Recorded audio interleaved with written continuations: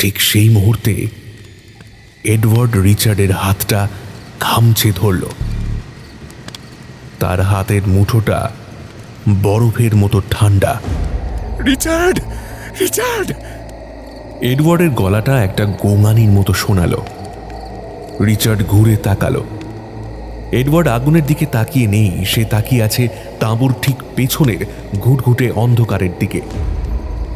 তার নীল চোখ দুটো বড় বড়, মুখটা মৃত মানুষের মতো ফ্যাকাশে। রিচার্ড অন্ধকারের দিকে তাকালো। প্রথমে কিছুই দেখতে পেল না, কিন্তু তারপর তার চোখ সয়ে আসতে সে দেখল তাঁবুর ঠিক পেছনে অন্ধকারের সাথে মিশে থাকা একটা বিশাল ছায়া।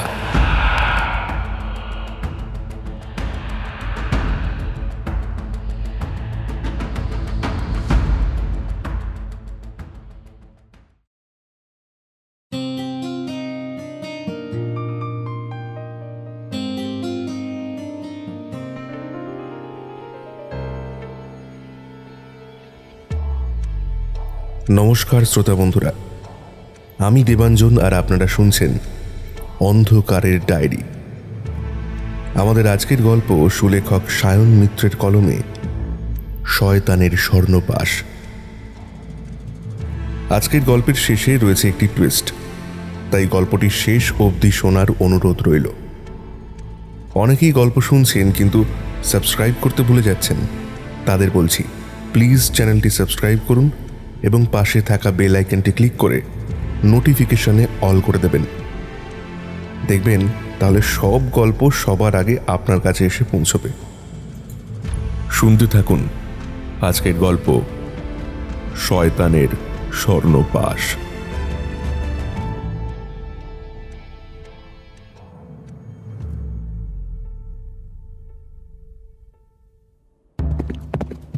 সালটা 1889। পূর্ব আফ্রিকার উপকূলে জাঞ্জিবার বন্দর থেকে শুরু হওয়া তাদের যাত্রা আজ 61 দিনে পড়ল। দুপুরের গনগনে সূর্যটা কঙ্গো বেসিনের রুক্ষ খটখটে ভেল্ড তৃণভূমির ওপর যেন তরল আগুন ঢালছে। বাতাসে ধুলো আর শুকনো ঘাসের গন্ধ। ধুলো মাখা খাঁকি শার্টের হাতা গোটানো এডওয়ার্ড ভ্যান্স তার ঘোড়ার লাগাম টেনে ধরল।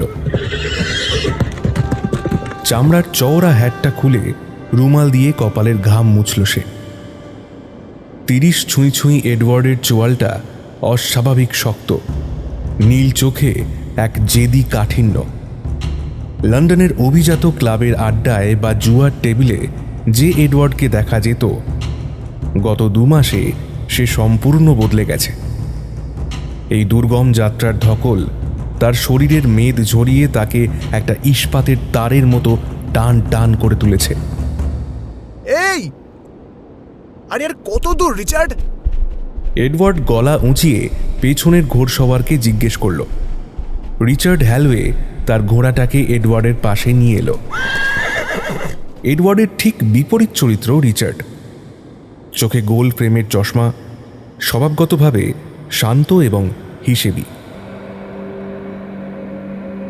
কেমব্রিজ বিশ্ববিদ্যালয়ের ইতিহাস আর প্রাচীন মানচিত্রের এই প্রাক্তন গবেষক মানুষটির সাথে এডওয়ার্ডের বন্ধুত্বের রসায়নটা অনেকেই বুঝতে পারে না। এডওয়ার্ডের আছে অঢেল অর্থ আর বেপরোয়া সাহস, আর রিচার্ডের আছে নিখুঁত বিশ্লেষণ ক্ষমতা। রিচার্ড তার স্যাডেল ব্যাগ থেকে একটা জীর্ণ প্রায় 100 বর্ষ প্রাচীন চামড়ায় মোড়া লগবুক বের করল।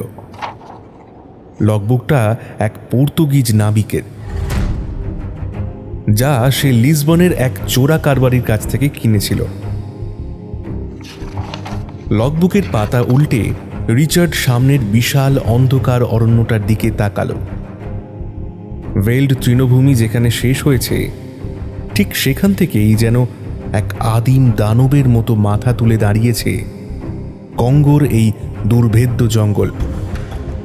পর্তুগিজ নাবিক সান্তোসের মানচিত্র অনুযায়ী আমরা ঠিক জায়গাতেই আছি এডওয়ার্ড। সামনের এই জঙ্গলটা পেরোলেই সেই উপত্যকা। রিচার্ডের গলায় একটা চাপা উত্তেজনা। তাদের কথোপকথন থামিয়ে দিয়ে গাইডদের সর্দার বয়স্ক এনকোসানা সামনে এসে দাঁড়ালো। তার সাথে থাকা 10 জন কুলির দলটা জঙ্গল শুরুর বেশ কিছুটা আগেই মাথার ভারী বোঝা নামিয়ে মাটিতে বসে পড়েছে। তাদের চোখে মুখে একটা স্পষ্ট অস্বস্তি। কি ব্যাপার এনকোসানা, থামলে কেন? এডওয়ার্ড ভুরু কুঁচকে জিজ্ঞেস করল। বয়স্ক এনকোসানা তার বর্ষাটা মাটিতে ঠুকে সামনের অরণ্যের দিকে আঙুল দেখালো। আমাদের যাত্রা এখানেই শেষ সাহেব। চুক্তিতে কঙ্গোর সীমানা অবধি আসার কথা ছিল, আমরা এসেছি। এর ভিতরে আমরা যাব না। এডওয়ার্ড বিরক্ত হয়ে পকেট থেকে কয়েকটা অতিরিক্ত স্বর্ণ মুদ্রা বের করল। বোকা সেজো না এনকোসানা, এই নাও তোমাদের বাড়তি বকশিস। শুধু উপত্যকা অবধি আমাদের মালপত্র পৌঁছে দিয়ে তোমরা ফিরে এসো। এনকোসানা মুদ্রার দিকে ফিরেও তাকালো না। সে শান্ত কিন্তু গম্ভীর গলায় বলল, সোনা দিয়ে জীবনের দাম মেটানো যায় না সাহেব। আপনারা বহিরাগত, আপনারা এই জঙ্গলের ভাষা বোঝেন না। কান পেতে শুনুন। রিচার্ড আর এডওয়ার্ড দুজনেই চুপ করে কান পাতল।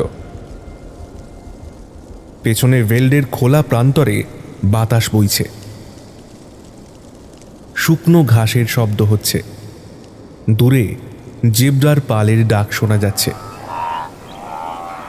কিন্তু সামনের ওই ঘন জঙ্গলের ভেতরটা একদম নিস্তব্ধ।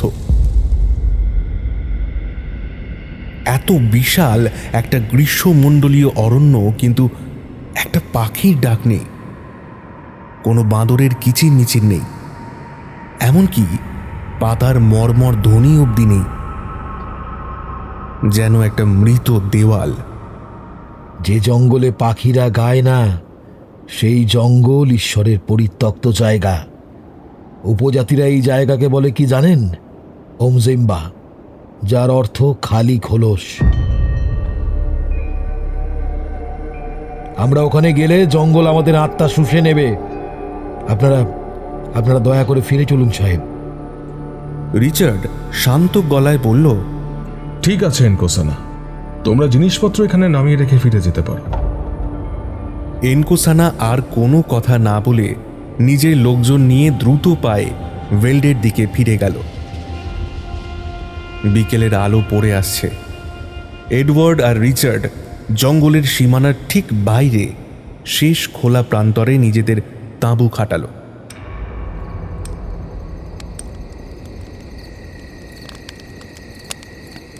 রাতের খাবার সেরে ক্যাম্প ফায়ারের পাশে বসে রিচার্ড তার মানচিত্রটা বিছিয়ে বসল। কাল ভোরেই আমরা জঙ্গলে ঢুকবো এডওয়ার্ড। সান্তোসের লগবুক বলছে ওই সাদা পাথরের উপত্যকা জঙ্গল থেকে খুব বেশি দূরে নয়। এডওয়ার্ড তার উইনচেস্টার রাইফেলটার ব্যারেল পরিষ্কার করতে করতে তার ছিল্লের হাসি হাসল। জঙ্গলিগুলোর কথা শুনে আমার হাসি পাচ্ছিল। আত্মা শুষে নেবে। আরে বাবা, সোনা কি আর এমনি এমনি পড়ে থাকে? ভয় দেখিয়ে মানুষকে দূরে রাখার এক পুরনো ফন্দি। হঠাৎ তাদের পেছনের ভেল্ডের অন্ধকার ফুঁড়ে ভেসে এলো এক বিকট গর্জন। মাটি কাঁপিয়ে দেওয়া এক বিশাল পুরুষ সিংহের ডাক। গর্জনটা এতটাই জোরালো যে তাঁবুর ক্যানভাস কেঁপে উঠল। এডওয়ার্ড চোখের পলকে রাইফেলের বোল্ট টেনে গুলি লোড করল।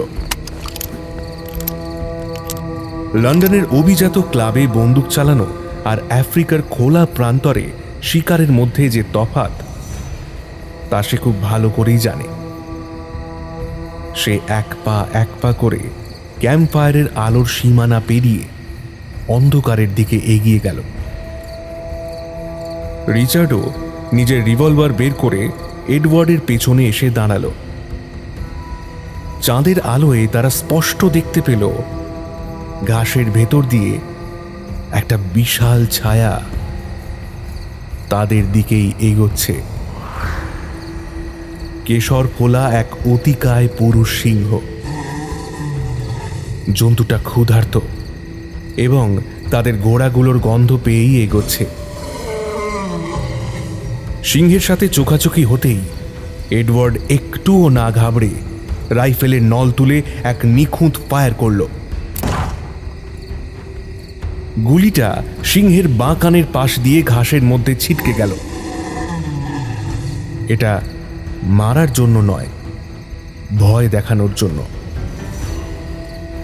গুলির কান ফাটানো আওয়াজে সিংহটা থমকে দাঁড়ালো, কিন্তু সে ওয়েল্ডের দিকে না পালিয়ে ভয় পেয়ে শটান ছুটে গেল পেছনের সেই অন্ধকার কঙ্গোর জঙ্গলের দিকে।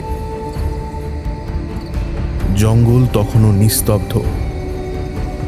সিংহটা জঙ্গলের সীমানায় ঢুকে মাত্র কয়েক পা এগিয়ে হঠাৎ পাথরের মতো থমকে দাঁড়ালো। এডওয়ার্ড আর রিচার্ড অবাক হয়ে দেখল এত বিশাল আর হিংস্র একটা জানোয়ার যেন চোখের সামনে গুটিয়ে ছোট হয়ে যাচ্ছে।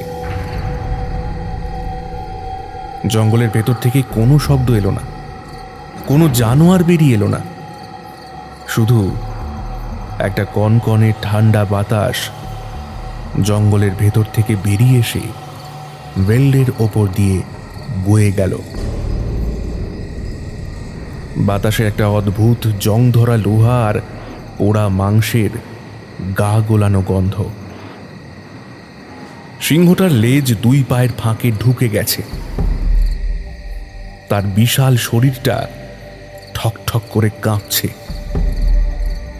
যে পশুরাজ একটু আগেও মাটি কাঁপিয়ে গর্জন করছিল, সে এখন একটা আহত কুকুরের মতো গোঙাতে গোঙাতে জঙ্গলের দিক থেকে মুখ ফিরিয়ে উল্টো দিকে ওয়েল্ডের অন্ধকারে দৌড় দিল,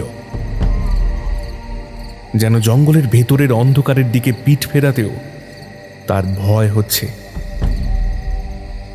এডওয়ার্ডের হাতের রাইফেলটা ধীরে ধীরে নেমে গেল। সে ঢোক গিলে রিচার্ডের দিকে তাকালো। রিচার্ডের মুখ ফ্যাকাশে। জঙ্গলের ভেতর থেকে এবার একটা খুব ক্ষীণ, প্রায় শোনা যায় না এমন একটা শব্দ ভেসে এলো। শব্দটা অনেকটা যেন একটা বড় লোহার শেকল মাটিতে ঘষটে টানার মতো। উপত্যকা তাদের জন্য অপেক্ষা করছে।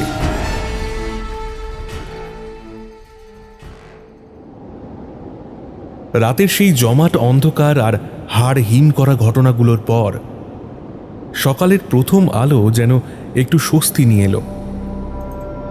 পূর্ব আফ্রিকার কড়া রোদ ওয়েল্ডের তৃণভূমির ওপর ছড়িয়ে পড়লেও কঙ্গোর ওই জঙ্গলের সীমানায় এসে রোদটাও যেন থমকে দাঁড়িয়েছে। বাইরে থেকে জঙ্গলটাকে মনে হচ্ছে এক বিশাল নিশ্ছিদ্র সবুজ দেওয়াল।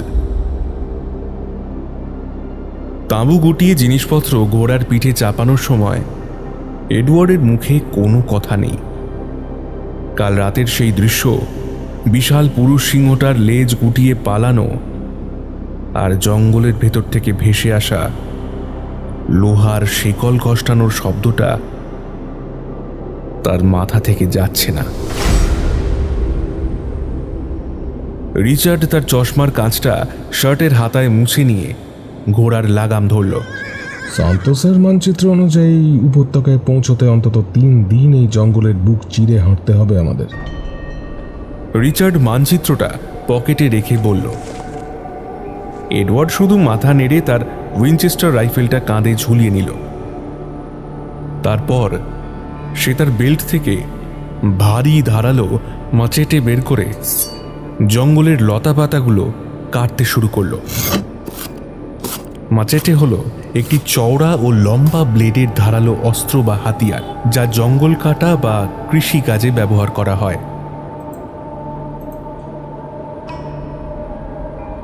জঙ্গলে পা দেওয়ার কয়েক মিনিটের মধ্যেই বাইরের দুনিয়াটা সম্পূর্ণ মুছে গেল।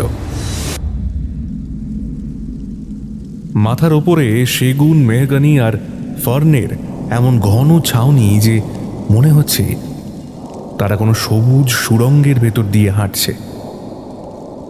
পায়ের নিচে স্যাঁতস্যাঁতে নরম মাটি আর পচা পাতার পুরু স্তর, যেখানে ঘোড়ার খুরের শব্দটাও স্পঞ্জের মতো শুষে যাচ্ছে।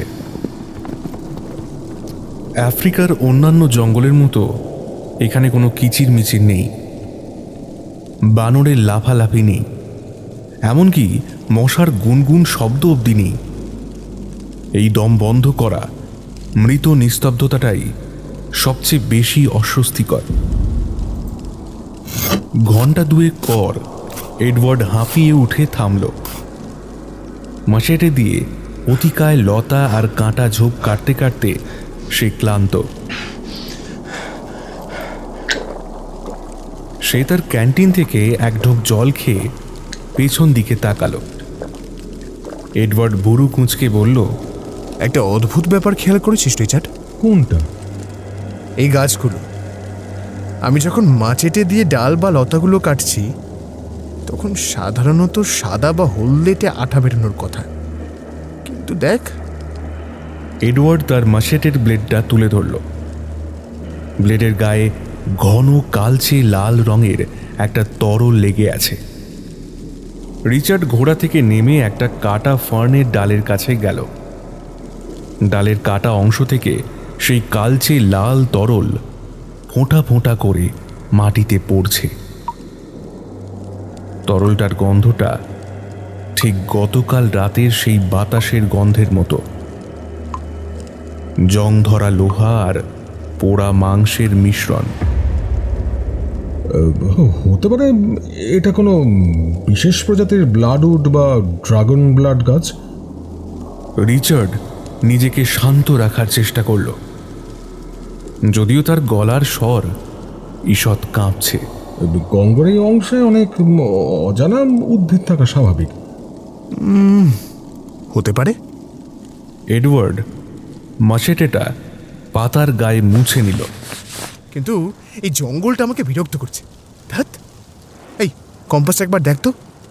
রিচার্ড তার পকেট থেকে পেতলের কম্পাসটা বের করে হাতের তালুতে রাখল। কাঁচের নিচে থাকা কাঁটাটা উত্তর দিক নির্দেশ করার বদলে পাগলের মতো বন বন করে ঘুরছে। একবার বাঁ দিকে তো পর মুহূর্তেই ডান দিকে। রিচার্ডের কপালে বিন্দু বিন্দু ঘাম জমল। মাটির নিচে বিশাল কোনো চৌম্বকীয় খনিজ পদার্থের স্তর না থাকলে কম্পাস এভাবে বিকল হতে পারে না। সে সন্তোষের লগবুকটার কথা ভাবল। সাদা পাথরের উপত্যকা। দিক নির্ণয় করার উপায় নেই এডওয়ার্ড। তাতে কিছু যায় আসে না, আমরা সোজা হাঁটবো। জঙ্গল ভেদ করে সোজা এগোলে উপত্যকা আসবেই।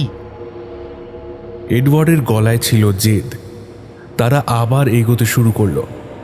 সময় কত গড়িয়েছে তা বোঝার কোনো উপায় নেই, কারণ আকাশে সূর্যের অবস্থান দেখার সুযোগ এই জঙ্গলে নেই। শুধু আলোটা একটু ম্লান হয়ে আসায় তারা বুঝল বিকেল গড়িয়ে সন্ধ্যা নামছে। দুপুরের পর থেকে জঙ্গলটা যেন আরো ঘন হয়ে উঠেছে। এখন আর ঘোড়ায় চেপে এগোনো যাচ্ছে না, ঘোড়াগুলোকে লাগাম ধরে টেনে নিয়ে যেতে হচ্ছে। এডওয়ার্ডের হাত মাচেটে চালাতে চালাতে ব্যথায় টনটন করছে। রিচার্ড পেছনের একটা অপেক্ষাকৃত ফাঁকা জায়গা দেখিয়ে বলল, কম্পাস কাজ করছে না। আজ এখানেই থামা যাক। অন্ধকারে এই জঙ্গলে হাঁটা ঠিক হবে না। এডওয়ার্ড হাঁপাতে হাঁপাতে সম্মতি দিল। সে ঘুরে দাঁড়াতেই তার দৃষ্টি আটকে গেল তাদের বাঁদিকের একটা বিশাল এবনি গাছের গুঁড়িতে। গাছটার দিকে তাকিয়ে তার শিরদাঁড়া দিয়ে একটা শীতল স্রোত নেমে গেল। রিচার্ড, এদিকে আয়। রিচার্ড এগিয়ে এসে গাছের গুঁড়িটার দিকে তাকালো। গাছের গায়ে প্রায় মানুষের বুক সমান উচ্চতায় ধারালো কিছু দিয়ে একটা গভীর কোপ বসানো, আর সেই কোপের জায়গা থেকে সেই কালচে লাল তরল চুঁইয়ে পড়ছে। কি হয়েছে এতে? রিচার্ড বুঝতে না পেরে জিজ্ঞেস করল। এই কোপটা আমার মাচেটে দিয়ে মারা। এডওয়ার্ডের নীল চোখ দুটো স্থির হয়ে আছে। প্রায় 4 ঘন্টা আগে যখন আমি তোকে প্রথম লাল কোষ বেরোনোর ব্যাপারটা দেখালাম, তখন ঠিক এই গাছটাই আমি কোপ মেরেছিলাম। আমার স্পষ্ট মনে আছে গাছটার শেকড়গুলো একটা সাপের মতো পেঁচিয়েছিল। রিচার্ড মাটির দিকে তাকালো। হ্যাঁ, শেকড়গুলো সাপের মতোই পেঁচানো। তার মানে গত 4 ঘন্টা ধরে তারা এক টানা সোজা হেঁটে এই একই জায়গায় ফিরে এসেছে। তারা এক চুলও এগোয়নি। জঙ্গলটা যেন একটা জীবন্ত গোলক ধাঁধা, যা তাদের বোকা বানিয়ে নিজেদের চারপাশে ঘোরাচ্ছে। সন্ধ্যার ম্লান আলোটা খুব দ্রুত মিলিয়ে যাচ্ছে, আর সেই মুহূর্তেই তাদের থেকে খুব বেশি হলে 50 ফুট দূরে ঘন পাতার আড়াল থেকে ভারী কিছু একটা মাটিতে পড়ার থপ করে শব্দ হলো। দুজনেই জমে গেল। শব্দটা কোনো জন্তুর নয়, যেন কোনো ভারী মানুষের পা ফেলার শব্দ। আর তারপরই সেই নিস্তব্ধতার মধ্যে দিয়ে খুব ধীরে পাতার উপর দিয়ে কিছু একটা ঘষ্টে ঘষ্টে তাদের দিকে এগিয়ে আসতে শুরু করলো। রাত নামার সাথে সাথে কঙ্গোর এই আদিম অরণ্য যেন তার আসল রূপ ধারণ করল। দিনের বেলার সেই মৃত নিস্তব্ধতা কেটে গিয়ে এখন শুরু হয়েছে এক চাপা ফিসফিসে শব্দের খেলা। বাতাসে গাছের পাতায় কোনো মর্মর ধ্বনি নেই, কিন্তু চারপাশের অন্ধকার থেকে একটা অদ্ভুত হিস হিস শব্দ ভেসে আসছে, যেন হাজার হাজার অদৃশ্য সাপ মাটির নিচ দিয়ে এঁকে বেঁকে চলেছে। ক্যাম্প ফায়ারের আগুনের শিখাগুলো বাতাসে না কেঁপেও অদ্ভুতভাবে স্থির হয়ে জ্বলছে। সেই স্থির আলোয় এডওয়ার্ড আর রিচার্ডের মুখগুলো ফ্যাকাশে আর ক্লান্ত দেখাচ্ছে। ঘোড়া দুটোকে একটা বড় গাছের সাথে বাঁধা হয়েছে। জন্তু দুটো কান খাড়া করে অন্ধকারের দিকে তাকিয়ে আছে। তাদের শরীর মাঝে মাঝে কেঁপে উঠছে। জঙ্গলটা আমাদের সাথে খেলা করছে রিচার্ড। এডওয়ার্ড তার উইনচেস্টার রাইফেলের ব্যারেলটা কাপড়ের টুকরো দিয়ে মুছতে মুছতে বলল। তার গলার স্বর নিচু, কিন্তু তাতে একটা চাপা বিরক্তি আর আতঙ্কের মিশ্রণ। তোর সারাদিন হাড় ভাঙা খাটুনি খেটে জঙ্গল কাটলাম, আর শেষে দেখলাম ওই একই জায়গায় দাঁড়িয়ে আছি। এটা কিভাবে সম্ভব? রিচার্ড আগুনের দিকে এক দৃষ্টে তাকিয়েছিল। তার হাতের মুঠোয় ধরা সন্তোষের সেই চামড়ায় মোড়া লগবুক। সান্তোস পাগল ছিল না এডওয়ার্ড। রিচার্ডের গলাটা অস্বাভাবিক শান্ত। সে লগবুকের একটা পুরনো বিবর্ণ পাতা খুলে ধরল। দেখ, 1792 সালের 2রা মে সান্তোস কি লিখেছিল। রিচার্ড পড়তে শুরু করলো। তার গলাটা এই নিস্তব্ধ জঙ্গলে অদ্ভুতভাবে প্রতিধ্বনিত হতে লাগলো। আজ আমাদের 3য় দিন। জঙ্গল আমাদের সাথে প্রতারণা করছে।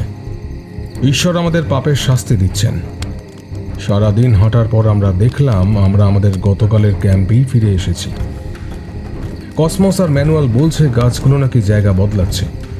আমি ওদের পাগল বলে উড়িয়ে দিয়েছি। আজ ভোরে আমি দেখলাম আমাদের চারপাশের চেনা গাছগুলো গতকাল রাতে যেখানে ছিল আজ সেখানে নেই। ওরা যেন আমাদের চারপাশে একটা চক্র তৈরি করছে। পড়া শেষ করে রিচার্ড মুখ তুলল। এডওয়ার্ডের হাতের রাইফেল পরিষ্কার করা থেমে গেছে। তার নীল চোখে অবিশ্বাসের ছায়া। গাছগুলো জায়গা বদলাচ্ছে? রিচার্ড, তুই কি পাগল নাবিকটা প্রলাপ বিশ্বাস করছিস? এডওয়ার্ড তাচ্ছিল্যের হাসি হাসার চেষ্টা করলো, কিন্তু হাসিটা তার ঠোঁটেই মিলিয়ে গেল। কম্পাসের কাঁটা যে পাগলের মতো ঘুরছিল সেটা তো আমরা দুজনেই দেখেছি এডওয়ার্ড। এই উপত্যকার মাটিতে এমন কিছু আছে যা মানুষের দিকভ্রম ঘটায়। রিচার্ড থেমে গেল। অথবা কি?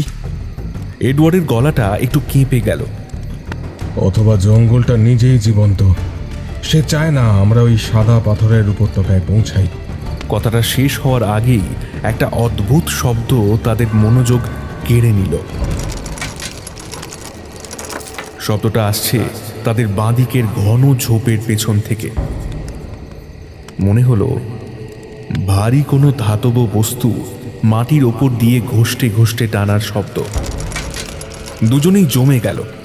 এডওয়ার্ড মুহূর্তের মধ্যে রাইফেলে গুলি লোড করল। রিচার্ড তার রিভলভারটা ধীরে ধীরে বের করে উঠে দাঁড়ালো। কে ওখানে? শব্দটা ক্রমশ কাছে আসছে। কে ওখানে? এডওয়ার্ডের তীক্ষ্ণ গলা জঙ্গলের নিস্তব্ধতা চিরে দিল। শব্দটার সাথে সাথে থেমে গেল। আবার সেই পিন পতন নীরবতা। তারা দুজনে শ্বাস বন্ধ করে দাঁড়িয়ে রইল। 1 মিনিট, 2 মিনিট, কিছুই হলো না। তারপর একটা দমকা কনকনে ঠান্ডা হাওয়া তাদের পাশ দিয়ে বয়ে গেল। হাওয়াটা এতটাই ঠান্ডা যে এডওয়ার্ডের মনে হলো তার মেরুদণ্ড পেয়ে এক টুকরো বরফ গলে নামছে। হাওয়ার সাথে সাথে সেই জং ধরা লোহা আর পোড়া মাংসের গন্ধটা আরো তীব্র হয়ে নাকে ধাক্কা মারল। হঠাৎ রিচার্ডের চোখ আটকে গেল তাদের তাঁবু থেকে একটু দূরে একটা বিশাল মেহগনি গাছের শিকড়ের দিকে। আগুনের ম্লান আলোয় গাছের শিকড়ের ফাঁকে অদ্ভুত একটা শ্যাওলা ধরা জিনিস উঁকি মারছে। দুজনে সাবধানে এগিয়ে গেল। এডওয়ার্ড তার রাইফেলটা তাক করে রেখে বাঁ হাত দিয়ে শিকড় আর লতা পাতাগুলো সরিয়ে দিল। জিনিসটা স্পষ্ট হতেই রিচার্ডের বুকটা ধক করে উঠল।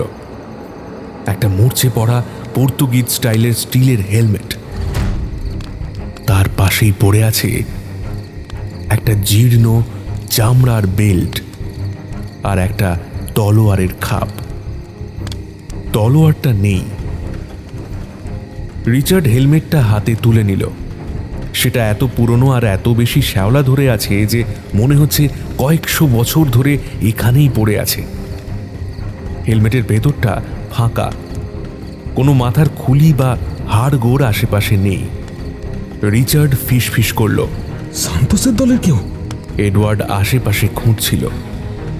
হঠাৎ তার নজর গেল গাছের গুঁড়িটার দিকে। রিচার্ড, রিচার্ড এখানে দেখ।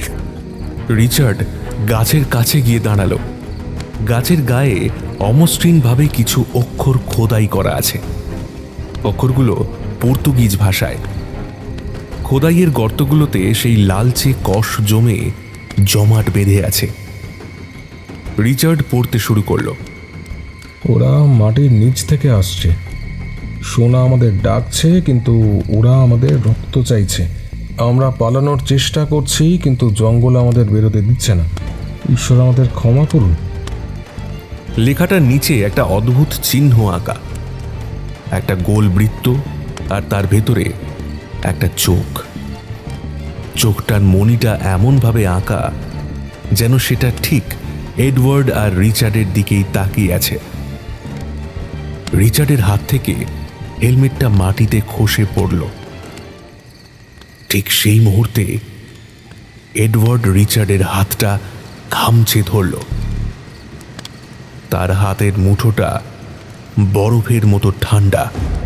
Richard, Richard! এডওয়ার্ডের গলাটা একটা গোঙানির মতো শোনালো।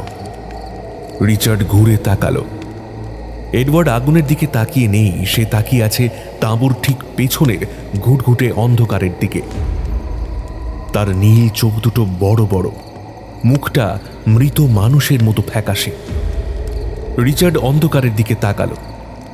প্রথমে কিছুই দেখতে পেল না, কিন্তু তারপর তার চোখ সয়ে আসতে সে দেখল তাঁবুর ঠিক পেছনে অন্ধকারের সাথে মিশে থাকা একটা বিশাল ছায়া। ছায়াটার কোনো নির্দিষ্ট আকার নেই, কিন্তু সেটা একটা সাধারণ মানুষের চেয়ে অন্তত দ্বিগুণ লম্বা। ছায়াটা নড়ছে না, শুধু তার বুক থেকে একটা চাপা ঘড়ঘড়ে নিঃশ্বাসের শব্দ ভেসে আসছে। আর সেই অন্ধকারের ভেতর থেকে দুটো লালচে জ্বলন্ত চোখ স্থিরভাবে তাদের দিকেই তাকিয়ে আছে। চোখ দুটো কোনো পশুর নয়, চোখগুলোতে একটা অদ্ভুত আদিম বুদ্ধিমত্তা আর এক জমাট বাঁধা ঘৃণা খেলা করছে। শয়তানটা তাদের দেখছে। এডওয়ার্ডের হাতের উইনচেস্টার রাইফেলটা গর্জে উঠল। বারুদের উগ্র গন্ধ আর কানের কাছে এক টানা ভোঁ ভোঁ শব্দটা যেন রাতের অন্ধকারের চেয়েও ভারী হয়ে চেপে বসেছে। এডওয়ার্ডের রাইফেলের গুলির কান ফাটানো আওয়াজটা কঙ্গোর ওই আদিম নিস্তব্ধতাকে ফালা ফালা করে দিয়েও শেষ পর্যন্ত কিছুই বদলাতে পারেনি। ধোঁয়া সরে যাওয়ার পর তাঁবুর পেছনের জায়গাটা ছিল একদম ফাঁকা। বিশাল ছায়াটা আর সেই জ্বলন্ত লাল চোখ দুটো, কোথাও কিচ্ছু নেই। শুধু একটা শতবর্ষী গাছের গুঁড়িতে শীষের বুলেটটা গভীর ক্ষত তৈরি করেছে। বাকি রাতটা তাদের দুজনের কারো চোখেই ঘুম এলো না। ভয় জিনিসটা আসলে কি? ভয় কোনো বিশাল দানব বা বন্য জন্তু নয়। ভয় হলো নিজের ইন্দ্রিয়ের ওপর থেকে বিশ্বাস হারিয়ে ফেলা। আগুনের পাশে বসে এডওয়ার্ড যখন শূন্য দৃষ্টিতে অন্ধকারের দিকে তাকিয়েছিল, রিচার্ড লক্ষ্য করল তার বন্ধুর হাত দুটো থরথর করে কাঁপছে।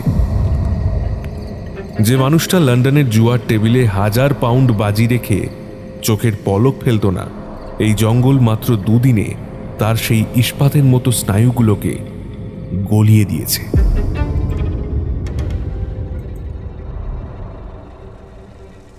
পরদিন সকালে জঙ্গলে কোনো সূর্যোদয় হলো না। মাথার ওপরের পাতার ঘন আচ্ছাদন ভেদ করে শুধু একটা ম্রিয়মান রুগ্ন ধূসর আলো নেমে এলো। ঘোড়া দুটোকে প্রস্তুত করার সময় দুজনের মধ্যে একটা কথাও হলো না। একটা অদৃশ্য শীতল দেওয়াল যেন তাদের মাঝখানে তৈরি হয়ে গেছে। কাল রাতের আতঙ্ক তাদের শুধু ক্লান্তই করেনি, ভেতর থেকে নিঃস্ব করে দিয়েছে। ঘণ্টা তিনেক নিঃশব্দে হাঁটার পর জঙ্গলের চরিত্র বদলাতে শুরু করল। পায়ের নিচের পাতা পচা নরম মাটি ক্রমশ স্যাঁতস্যাঁতে কালো কাদায় পরিণত হল। চারপাশের সেই বিশাল সজীব মেহগনি গাছগুলোর বদলে জায়গা করে নিল একদল মৃত পাতাশূন্য বিকৃত গাছ। ডালপালাগুলো এমনভাবে আকাশের দিকে চেয়ে আছে যেন যন্ত্রণায় কাতরাতে থাকা অসংখ্য মানুষের কঙ্কালসার হাত। বাতাসে পচা শ্যাওলা আর বদ্ধ জলের ভ্যাপসা গন্ধ। জলাভূমি! রিচার্ড ঘোড়ার লাগাম টেনে ধরে ফিসফিস করল। সামনে যতদূর চোখ যায় একটা বিশাল বদ্ধ জলাশয়। কালো আলকাতরার মতো জলের ওপর সাপের মতো কিলবিল করছে অতিকায় গাছের শেকড়। জলটা এতটাই স্থির যে মনে হয় যেন শতাব্দীর পর শতাব্দী ধরে ওখানেই পচে আছে। কিন্তু সবচেয়ে অদ্ভুত আর গা ছমছমে ব্যাপারটা হলো সেই কালো জলের ঠিক ওপরে ভাসছে একটা ঘন নীলচে রঙের কুয়াশা। কুয়াশাটা স্বাভাবিক নয়, সেটা মাটি থেকে মাত্র হাঁটু সমান উঁচুতে স্থির হয়ে আছে, যেন কোনো জ্যান্ত প্রাণী ওঁত পেতে বসে আছে শিকারের আশায়। এডওয়ার্ড তার কাদামাখা বুট জুতোর দিকে তাকিয়ে এক দৃষ্টে জলটার দিকে চেয়ে রইল। ঘোড়া নিয়ে এর ভেতর দিয়ে যাওয়া অসম্ভব, রিচার্ড। তার গলায় একটা অদ্ভুত শূন্যতা। আমাদের যেতেই হবে। সান্তোসের ডায়েরি অনুযায়ী এই জলাভূমি পার হলেই সেই সাদা পাথরের উপত্যকা শুরু। রিচার্ড স্যাডেল ব্যাগ থেকে প্রয়োজনীয় জিনিসপত্র বের করে নিজেদের পিঠে বেঁধে নিতে শুরু করল। ঘোড়াগুলোকে এখানেই ছেড়ে দেওয়া ছাড়া আর কোনো উপায় নেই। জলে প্রথম পা ফেলার মুহূর্তেই একটা হাড় হিম করা স্রোত তাদের শরীর বেয়ে উঠে এলো। জলটা মাত্র হাঁটু অবধি, কিন্তু নিচের থকথকে কাদায় পা দেবে যাচ্ছে প্রায় গোড়ালি পর্যন্ত। প্রতিবার পা তোলার সময় কাদাটা যেন আঠালো হাতের মতো তাদের টেনে ধরছে। সবচেয়ে ভয়ঙ্কর ব্যাপার হলো ওই নীলচে কুয়াশাটা। জলের ভেতর দিয়ে হাঁটার সময় কুয়াশাটা ছিন্ন ভিন্ন হয়ে যাওয়ার কথা, কিন্তু সেটা যেন জ্যান্ত সাপের মতো তাদের পা পেঁচিয়ে ধরতে শুরু করলো। প্রায় 30 মিনিট সেই দুর্গন্ধযুক্ত কালো জল ভেঙে এগোনোর পর পরিবেশের আরেকটা সূক্ষ্ম পরিবর্তন হলো। বদ্ধ পচা জলের গন্ধটা হঠাৎ করেই উধাও হয়ে গেল। তার বদলে নীলচে কুয়াশা থেকে একটা অদ্ভুত তীব্র মিষ্টি গন্ধ বেরিয়ে আসতে লাগলো। গন্ধটা অনেকটা পুরনো শুকনো গোলাপ আর কোনো কড়া আফিমের ধোঁয়ার মতো। ঘ্রাণটা নাকে যেতেই রিচার্ডের মাথার ভেতরটা কেমন যেন ঝিমঝিম করে উঠল। তার চোখের সামনের মৃত গাছগুলোর আকার যেন একটু একটু করে বদলাচ্ছে। সে প্রাণপণে মাথা ঝাঁকিয়ে নিজেকে বাস্তবে ফিরিয়ে আনার চেষ্টা করল। এটা সাধারণ কুয়াশা নয়, এর শ্বাসে বিষ আছে। এই বিষ শরীরকে নয়, মনকে আক্রমণ করে। এডওয়ার্ড, আর একটু জোর কদম চালা, এই কুয়াশাটা ঠিক নয়। রিচার্ড ঘাড় ঘুরিয়ে ডাকল, কিন্তু পেছন থেকে কোনো উত্তর এলো না। রিচার্ড থমকে দাঁড়িয়ে ঘুরে তাকালো। এডওয়ার্ড তার থেকে বেশ কয়েক হাত পেছনে দাঁড়িয়ে আছে। তার হাতের রাইফেলটা জলের মধ্যে অর্ধেক ডুবে আছে। মাথার হ্যাটটা খসে পড়েছে কাদায়। এডওয়ার্ড এক দৃষ্টে সামনের ফাঁকা কুয়াশার দিকে তাকিয়ে আছে, আর তার ঠোঁট দুটো বিড়বিড় করে কি যেন বলছে। এডওয়ার্ড, কি হলো? এগোচ্ছিস না কেন? রিচার্ড সাবধানে জল ভেঙে তার দিকে এগিয়ে গেল। কাছে যেতেই রিচার্ডের শিরদাঁড়া দিয়ে একটা ভয়ের স্রোত নেমে গেল। এডওয়ার্ডের চোখের দৃষ্টি ঘোলাটে, তার মনি দুটো অস্বাভাবিক বড় হয়ে গেছে। সে একটা বিকৃত শীতল হাসি হাসল। তুই ভেবেছিস আমি বুঝতে পারিনি রিচার্ড? হ্যাঁ, এডওয়ার্ডের গলাটা কেমন যেন ঘড়ঘড়ে, অচেনা। লন্ডনে ক্লাবে তুই ওই লর্ড হ্যারিটনের কাছে আমার ঋণের কথা ফাঁস করেছিলিস, তাই না? তুই সবসময় চেয়েছিস আমাকে সবার সামনে ছোট করতে। তুই জানতিস আমি দেউলিয়া হতে বসেছি। রিচার্ড থমকে গেল। এডওয়ার্ডের অবচেতনে লুকিয়ে থাকা পুরনো রাগ আর ইনসিকিউরিটিগুলোকে এই বিষাক্ত কুয়াশা টেনে বের করে আনছে। কি বলছিস তুই? তুই কি পাগল হয়ে গেলি? আমরা কঙ্গোর জঙ্গলে আছি এডওয়ার্ড, লন্ডনে নয়। জ্ঞান ফেরা। রিচার্ড 2 হাত তুলে তাকে শান্ত করার চেষ্টা করল, কিন্তু কুয়াশার বিষ ততক্ষণে এডওয়ার্ডের মস্তিষ্ক পুরোপুরি দখল করে নিয়েছে। তার চোখে এখন আর সেই চেনা বন্ধুর দৃষ্টি নেই। সেখানে খেলা করছে এক আদিম পাশবিক লোভ আর সন্দেহ। তুই সান্তোষের ডায়েরিটা আমাকে পুরোটা পড়তে দিসনি। তুই লুকিয়ে রেখেছিস আসল পাতাগুলো। এডওয়ার্ড ভারী পায়ে জলের ভেতর দিয়ে রিচার্ডের দিকে এগোতে লাগলো। তুই চাস সোনাগুলো একা নিতে, তাই তুই আমাকে এক বদ্ধ কাদায় ডুবিয়ে মারতে চাস। তুই বিশ্বাসঘাতক।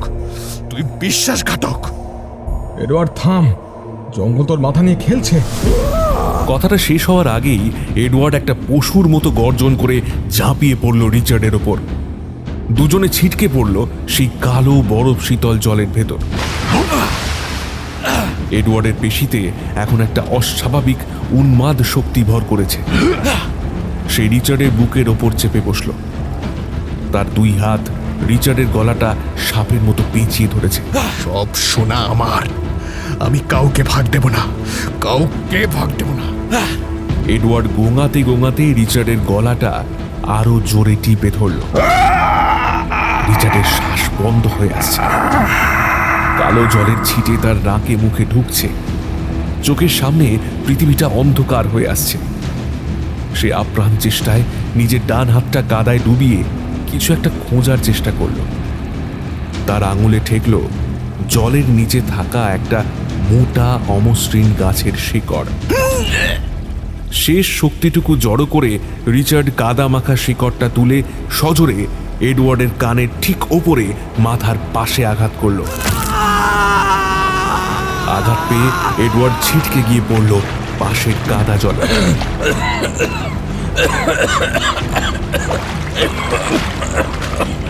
রিচার্ড কাশতে কাশতে উঠে দাঁড়ালো। সে এক মুহূর্ত সময় নষ্ট না করে এডওয়ার্ডের শার্টের কলার চেপে ধরল। বন্ধুকে টেনে হিঁচড়ে ওই নীলচে কুয়াশার স্তর থেকে জোর করে সামনের একটা উঁচু শুকনো মাটির ঢিপিতে নিয়ে গিয়ে ফেলল। শুকনো মাটিতে পড়তেই এডওয়ার্ড হুড়মুড় করে কেশে উঠল। তার ফুসফুস থেকে এক রাশ বিষাক্ত হাওয়া বেরিয়ে এলো। কয়েক মুহূর্ত পর তার চোখের সেই ঘোলাটে হিংস্র ভাবটা কেটে গেল।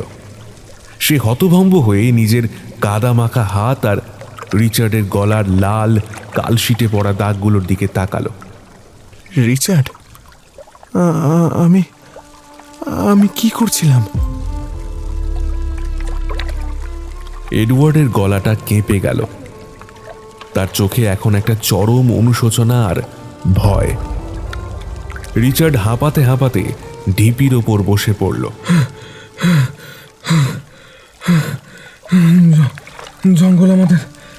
জঙ্গল আমাদের অন্ধকারটাকে বের করে আনছে বন্ধু। এই কুয়াশাটা একটা মরীচিকা। এটা আমাদের একে অপরের শত্রু বানিয়ে দিচ্ছে। তারা দুজন কিছুক্ষণ সেই শুকনো ঢিপিতে বসে রইল। মানসিক এবং শারীরিকভাবে তারা সম্পূর্ণ বিধ্বস্ত। একে অপরের প্রতি সেই অটুট বিশ্বাসে এই প্রথমবার একটা সূক্ষ্ম ফাটল ধরল, যা জঙ্গল চেয়েছিল। হঠাৎ তাদের সামনের ঘন কুয়াশাটা যেন একটা অদৃশ্য পর্দার মতো দুদিকে সরে যেতে শুরু করল।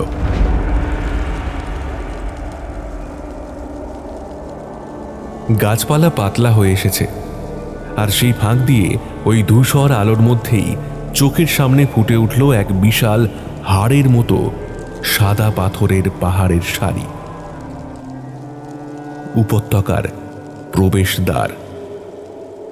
কিন্তু রিচার্ডের চোখ পাহাড়ের দিকে নয়, আটকে আছে তাদের পায়ের ঠিক নিচের মাটিতে। জলাভূমির কাদাটা এখানে শেষ হয়েছে। মাটির রং কালোর বদলে হলদেটে।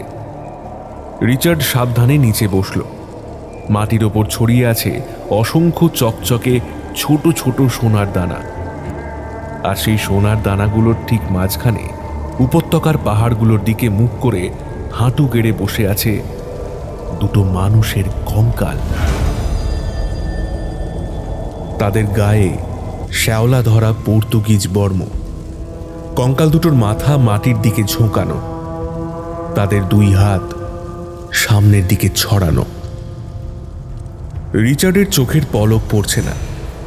উপত্যকার প্রবেশ মুখে হাঁটু গেড়ে বসে থাকা কঙ্কাল দুটোর দিকে সে যেন সম্মোহিত হয়ে তাকিয়ে আছে। শতাব্দীর পর শতাব্দী ধরে এই মৃত নাবিকরা ঠিক একই ভঙ্গিতে উপত্যকার ভেতরের অজানা কোনো শয়তানকে সাজদা করে বসে আছে। রিচার্ড ধীরে ধীরে হাঁটু মুড়ে কঙ্কাল দুটোর পাশে বসল। তার বুকটা ধড়ফড় করছে। পর্তুগিজ স্টাইলের মরচে পড়া বর্মগুলো হাড়ের সাথে প্রায় মিশে গেছে। সে সাবধানে তার হাতটা বাড়ালো। বাঁদিকের কঙ্কালটার বর্মের একটা ফাঁকা জায়গায় আলতো করে আঙুল ছোঁয়ালো সে। ছোঁয়া লাগতেই শুকনো ভঙ্গুর বর্মটা ঝুরঝুর করে ভেঙে পড়ল, আর বর্ম ভাঙতেই ভেতরের পাঁজরের হাড়গুলো উন্মুক্ত হয়ে গেল। রিচার্ডের চোখ ভয় বিস্ফারিত হলো। সে ছিটকে কয়েক হাত পিছিয়ে গেল। কি হলো? এডওয়ার্ড চমকে উঠে পেছন থেকে এগিয়ে এলো। জলাভূমির সেই উন্মাদনা এখন কেটে গেছে, কিন্তু তার চোখের দৃষ্টিতে একটা নতুন ঘোর তৈরি হচ্ছে। হাড়ের ভেতরটা দেখ এডওয়ার্ড। রিচার্ডের গলা দিয়ে যেন স্বর বেরোচ্ছে না। এডওয়ার্ড ঝুঁকে পড়ল।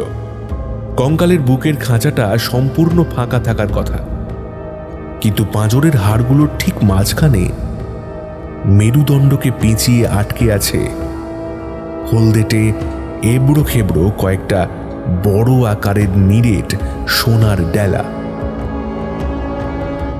শুধু তাই নয়, সোনাগুলো এমনভাবে হাড়ের সাথে মিশে আছে যেন মৃত্যুর আগে মানুষগুলো ওই সোনা খেয়ে ফেলেছিল, অথবা সোনাগুলোই তাদের শরীরের ভেতর ক্যান্সারের মতো বেড়ে উঠেছিল।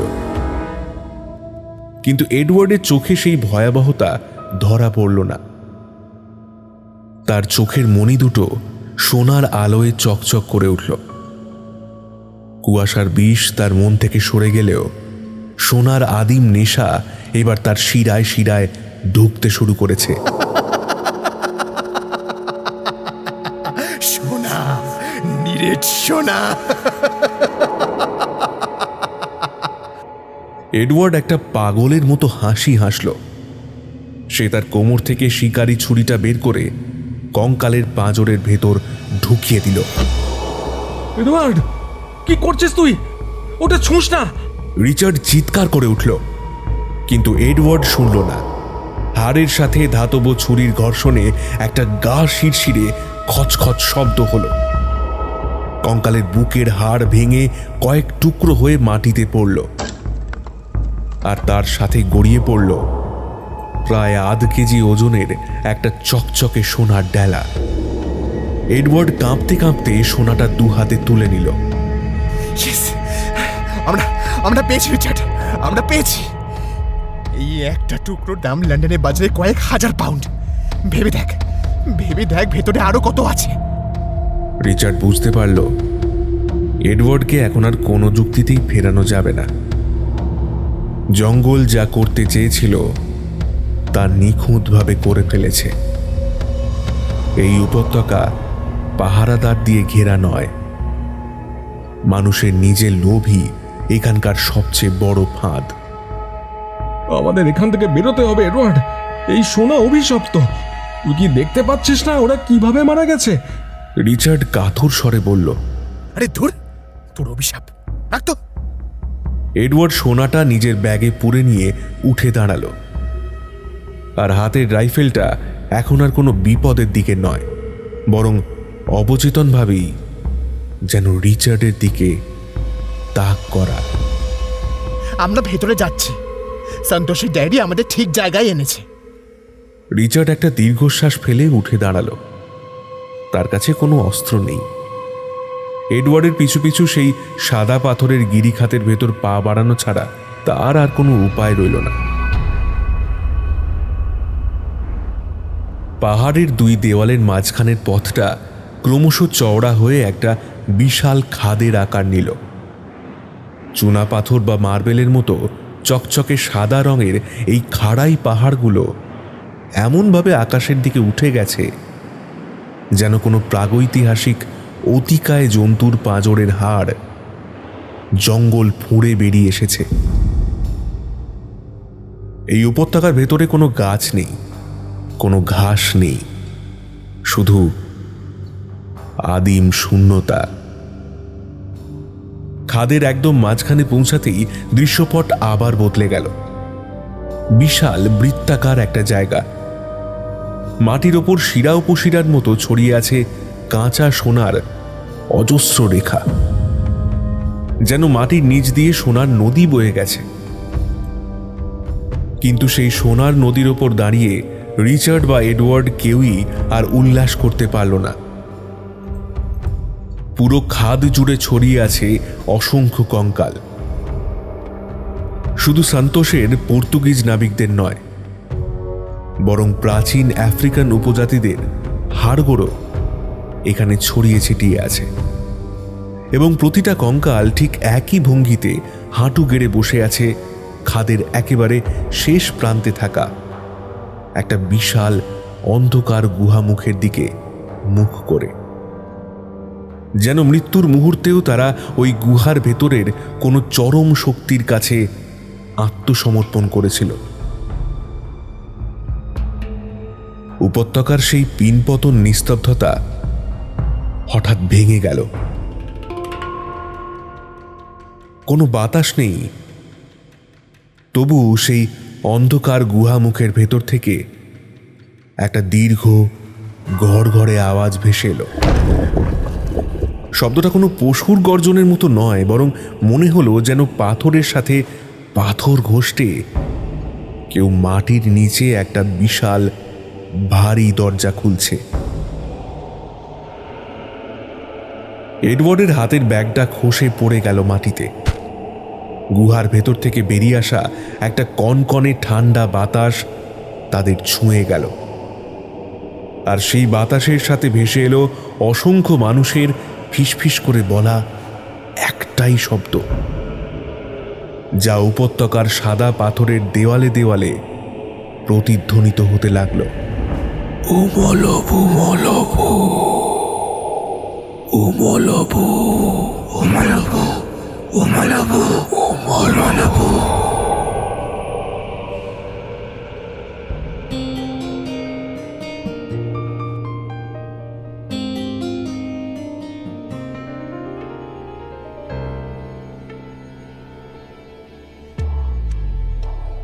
গল্প তো শুনছেন, তবে শুনতে শুনতে গল্পটি যদি ভালো লাগে একটি লাইক করবেন, শেয়ার করবেন ও হাইপ বাটনটি ক্লিক করে আরও শ্রোতা বন্ধুদের কাছে পৌঁছে দেবেন।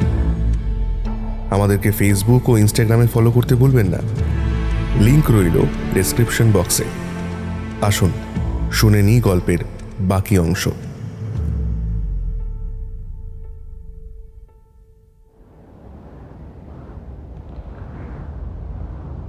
গুহা মুখ থেকে ভেসে আসা উমলভু ফিসফিসানিটা সাদা পাথরের খাড়াই দেওয়ালে ধাক্কা খেয়ে ধীরে ধীরে মিলিয়ে গেল। কিন্তু সেই কনকনে বাতাসটা উপত্যকার মরা বাতাসে এক অদ্ভুত অস্বস্তিকর গন্ধ রেখে গেল। শত শত বছরের পুরনো ধুলো আর কাঁচা রক্তের গন্ধ। রিচার্ডের পা দুটো যেন মাটির সাথে গেঁথে গেছে। গুহার ওই জমাট নিশ্ছিদ্র অন্ধকারের দিকে তাকিয়ে তার মনে হলো ওটা কোনো সাধারণ পাহাড়ি গুহা নয়, ওটা যেন এই উপত্যকার হাঁ করে থাকা একটা বিশাল মুখ, যা শতাব্দীর পর শতাব্দী ধরে তাদেরই গিলে খাওয়ার জন্য অপেক্ষা করছে। এডওয়ার্ড, এডওয়ার্ড, চল ফিরে যাই। এটা কোনো খনি নয়, এটা একটা বদ্ধ ভূমি। রিচার্ড প্রায় অনুনয় করে উঠল, কিন্তু এডওয়ার্ডের কানে রিচার্ডের কোনো কথাই পৌঁছালো না। গুহার ভেতর থেকে আসা ওই হাড় হিম করা শব্দ বা উপত্যকা জুড়ে ছড়িয়ে থাকা কঙ্কালগুলোর উপস্থিতি কোনো কিছুই তার ভেতরের আদিম লোককে আর দাবিয়ে রাখতে পারল না। মাটিতে পড়ে থাকা চামড়ার ব্যাগটা সে এক ঝটকায় তুলে নিল। তার চোখ দুটো গুহা মুখের ঠিক ভেতরের দেওয়ালে আটকে আছে। রিচার্ডও সেই দিকে তাকালো। গুহার প্রবেশপথের দেওয়ালে বিকেলের ম্লান আলো যতটুকু পৌঁছাচ্ছে তাতেই স্পষ্ট দেখা যাচ্ছে পাথরের গা বেয়ে নেমে এসেছে অসংখ্য মোটা হলদেটে শিরা।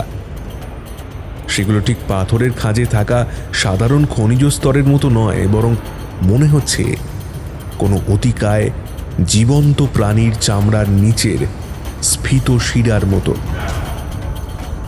নিরেট সোনার শিরা। লন্ডনে অর্ধেক কিনে নেব আমি, লন্ডনে অর্ধেক কিনে নেব। এডওয়ার্ড একটা অস্ফুট গর্জন করে গুহার দিকে দৌড় দিল। এডওয়ার্ড, এডওয়ার্ড, যাস না! রিচার্ড পেছন থেকে চিৎকার করলো, কিন্তু এডওয়ার্ড ততক্ষণে কঙ্কালগুলোকে মারিয়ে গুহা মুখে পৌঁছে গেছে। গুহার দেওয়ালে হাত রাখতেই এডওয়ার্ডের মনে হলো পাথরটা যেন অস্বাভাবিক গরম, ঠিক যেন কোনো স্তন্যপায়ী প্রাণীর শরীরের উত্তাপ।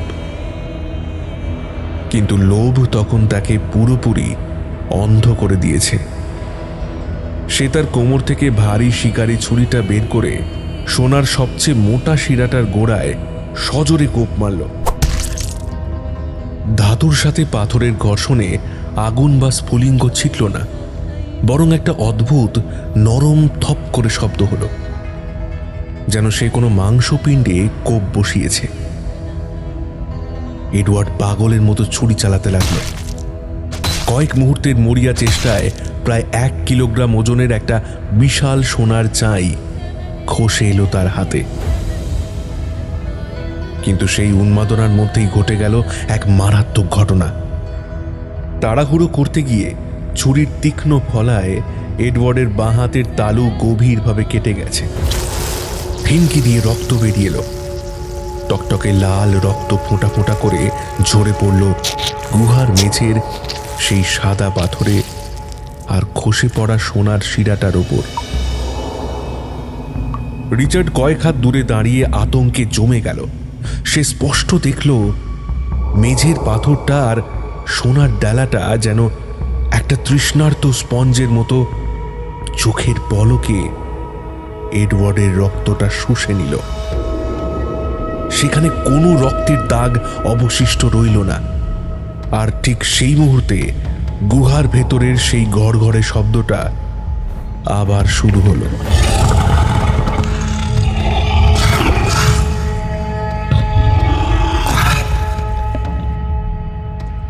কিন্তু এবার আর দূরে নয়, একদম কাছ থেকে, যেন মাটির নিচ দিয়ে বিশাল কোনো কিছু ধীরে ধীরে ওপরের দিকে উঠে আসছে। এডওয়ার্ড নিজের হাতের গভীর ক্ষতের দিকে ভ্রুক্ষেপ করল না। সে রক্তাক্ত হাতেই সোনার চাইটা ব্যাগে ভরতে শুরু করলো। রিচার্ড, দাঁড়িয়ে আছিস কেন? আরে ব্যাগ ভর, ব্যাগ ভর, আমাদের কাছে বেশি সময় নেই। তার গলাটা বিকৃত, নীল চোখে এক বন্য পাশবিক উন্মাদনা। রিচার্ড এক পা পিছিয়ে গেল। এডওয়ার্ড, রক্ত! পাথর তোর রক্ত খেয়ে নিয়েছে। তুই বুঝতে পারছিস না, এই সোনাগুলো সাধারণ খনিজ নয়, এগুলোই শয়তানটার অংশ। তুই ওর শরীর কাটছিস। কথাটা শেষ হওয়ার আগেই উপত্যকার আলো হঠাৎ করে কমে আসতে শুরু করলো। সূর্য তখনও ডোবেনি, কিন্তু সাদা পাথরের দেওয়ালগুলো যেন নিজেদের ভেতর থেকেই একটা ছাই রঙা জমাট অন্ধকার উগড়ে দিচ্ছে। গুহার ভেতর থেকে আসা ফিসফিসানিটা এবার আর ফিসফিসানি রইল না। সেটা পরিণত হলো একটা চাপা সমবেত কান্নার আওয়াজে। সেই কান্নার শব্দটা গুহার অন্ধকার থেকে বেরিয়ে এসে উপত্যকায় ছড়িয়ে থাকা অসংখ্য কঙ্কালের ফাঁকা পাঁজরের ভেতর দিয়ে প্রতিধ্বনিত হতে লাগলো। রিচার্ডের চোখের সামনে গুহার সেই জমাট অন্ধকারটা যেন হঠাৎ জীবন্ত হয়ে উঠল। একটা বিশাল কুচকুচে কালো ছায়া গুহা মুখ থেকে ধীরে ধীরে বাইরে বেরিয়ে আসতে শুরু করলো।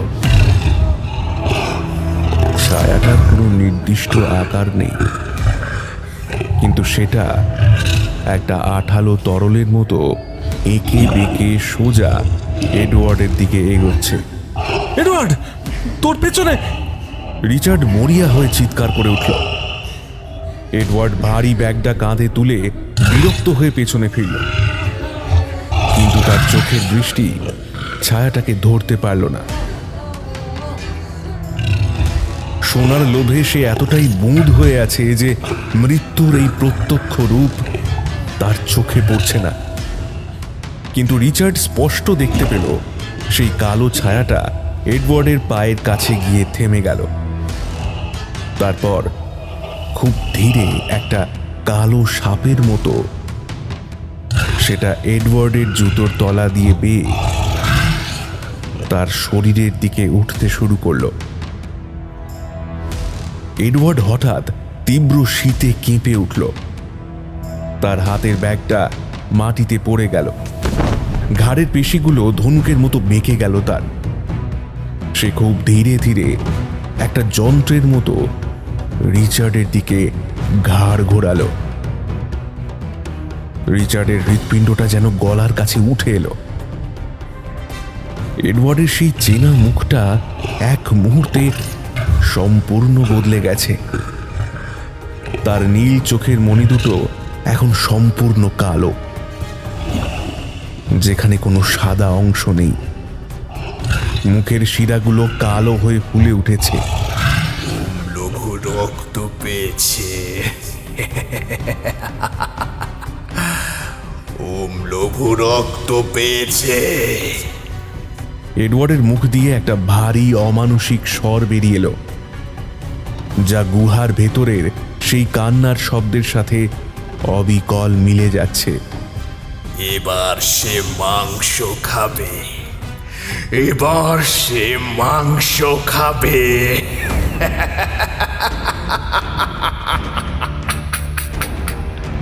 রিচার্ড বুঝতে পারল সে আর তার বন্ধু এডওয়ার্ডের মুখোমুখি দাঁড়িয়ে নেই। উপত্যকার শয়তান তার প্রথম শিকার গ্রাস করে ফেলেছে এবং এবার সে চাইছে রিচার্ডকে।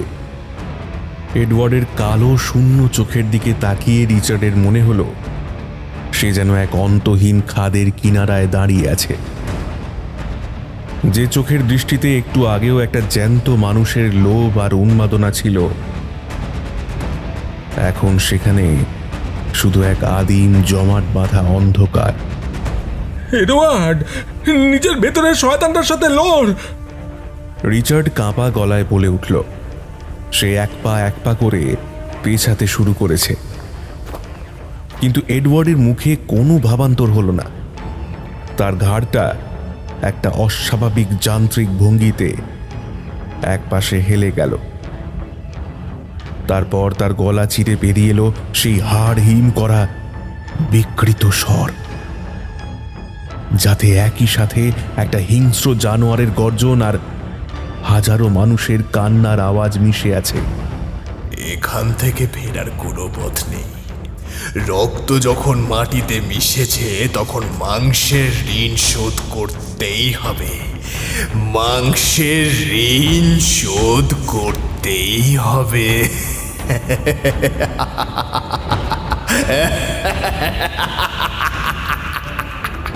কথাটা শেষ হতেই এডওয়ার্ড একটা চিতার ক্ষিপ্রতায় রিচার্ডের ওপর ঝাঁপিয়ে পড়ল।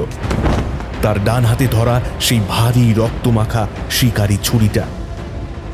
রিচার্ড কোনো মতে ডাইভ দিয়ে মাটিতে লুটিয়ে পড়ায় প্রথম কোপটা ফসকে গেল। ছুরিটা গিয়ে সজোরে আঘাত করল উপত্যকার সাদা পাথরের মেঝেতে। আগুনের ফুলকি ছিটকে উঠল।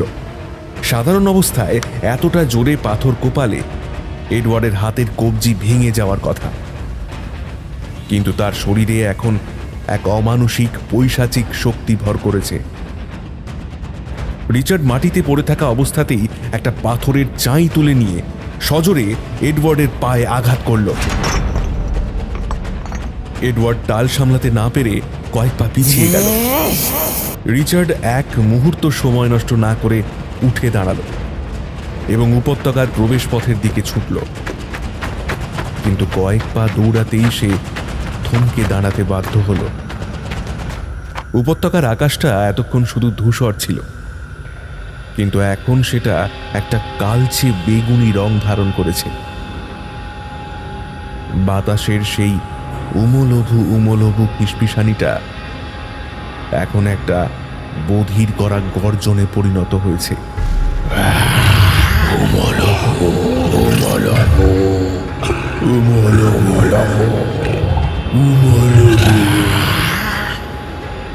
সবচেয়ে ভয়ঙ্কর ব্যাপার হলো উপত্যকার প্রবেশ মুখে বসে থাকা সেই অসংখ্য কঙ্কালগুলো যেন একটু একটু করে নড়তে শুরু করেছে।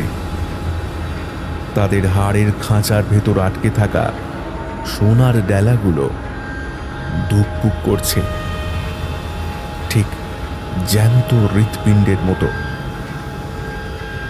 বাইরে পালানোর পথ বন্ধ। এই অভিশপ্ত উপত্যকা থেকে বেরোনোর কোনো রাস্তা শয়তানটা খোলা রাখেনি। পেছন থেকে ভারী বুট জুতোর শব্দ ধেয়ে আসছে। রিচার্ড বুঝতে পারল উন্মত্ত এডওয়ার্ডের সাথে মুখোমুখি লড়াইয়ে সে কোনোভাবেই টিকতে পারবে না, তাকে লুকোতে হবে। সে চট করে দিক পরিবর্তন করে খাদের ডান দিকের একটা বিশাল সাদা পাথরের স্তূপের আড়ালে ঢুকে পড়ল। পাথরের খাঁজে শরীরটাকে যতটা সম্ভব গুটিয়ে নিয়ে রিচার্ড নিজের শ্বাস আটকে রাখল। তার বুক হাতুড়ির মতো পেটাচ্ছে। বুট জুতোর শব্দটা পাথরের স্তূপের খুব কাছে এসে থেমে গেল। উপত্যকার গর্জনটাও হঠাৎ অদ্ভুতভাবে শান্ত হয়ে এসেছে। একদম পিন পতন নিস্তব্ধতা। হঠাৎ রিচার্ডের কানের খুব কাছ থেকে একটা গলা ভেসে এলো, কিন্তু গলাটা সেই বিকৃত ঘর ঘরে শয়তানের নয়।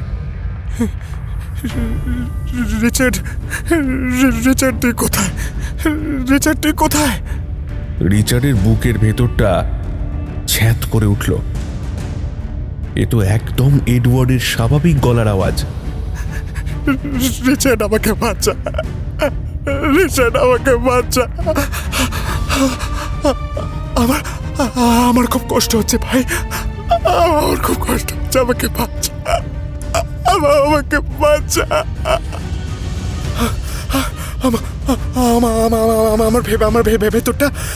আমার ভেতরটা আগুনে পুড়ে যাচ্ছে।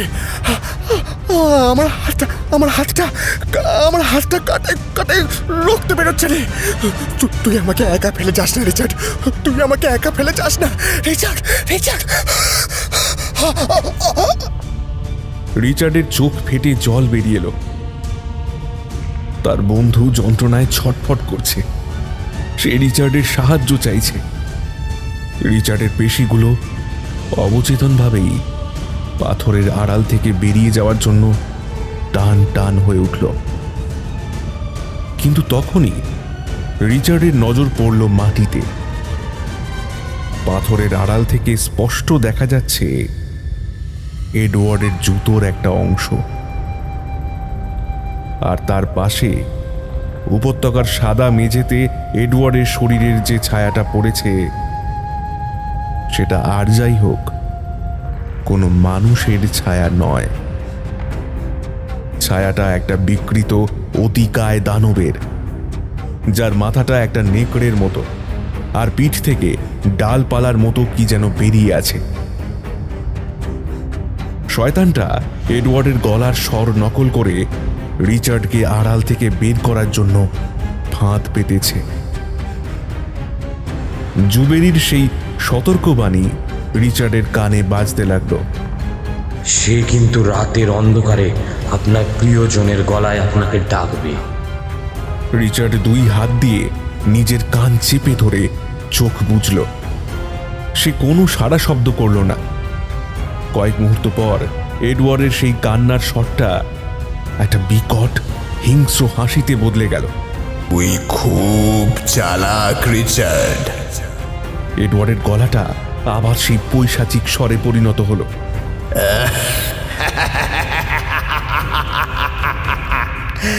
কিন্তু তুই পালাবি কোথায়?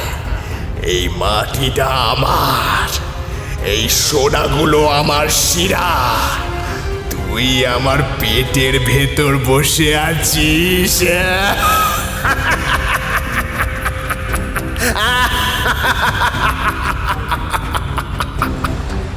পাথরের ঘর্ষণের মতো একটা বিকট আওয়াজ হলো। রিচার্ড চমকে চোখ খুলেই দেখল যে বড় সাদা পাথরটার আড়ালে সে লুকিয়ে আছে, সেই পাথরটা একটু একটু করে তার গায়ের দিকে চেপে আসছে। শুধু এই পাথরটা নয়, উপত্যকার চারপাশের খাড়াই দেওয়ালগুলো যেন একটা বিশাল চোয়ালের মতো বন্ধ হয়ে আসার চেষ্টা করছে।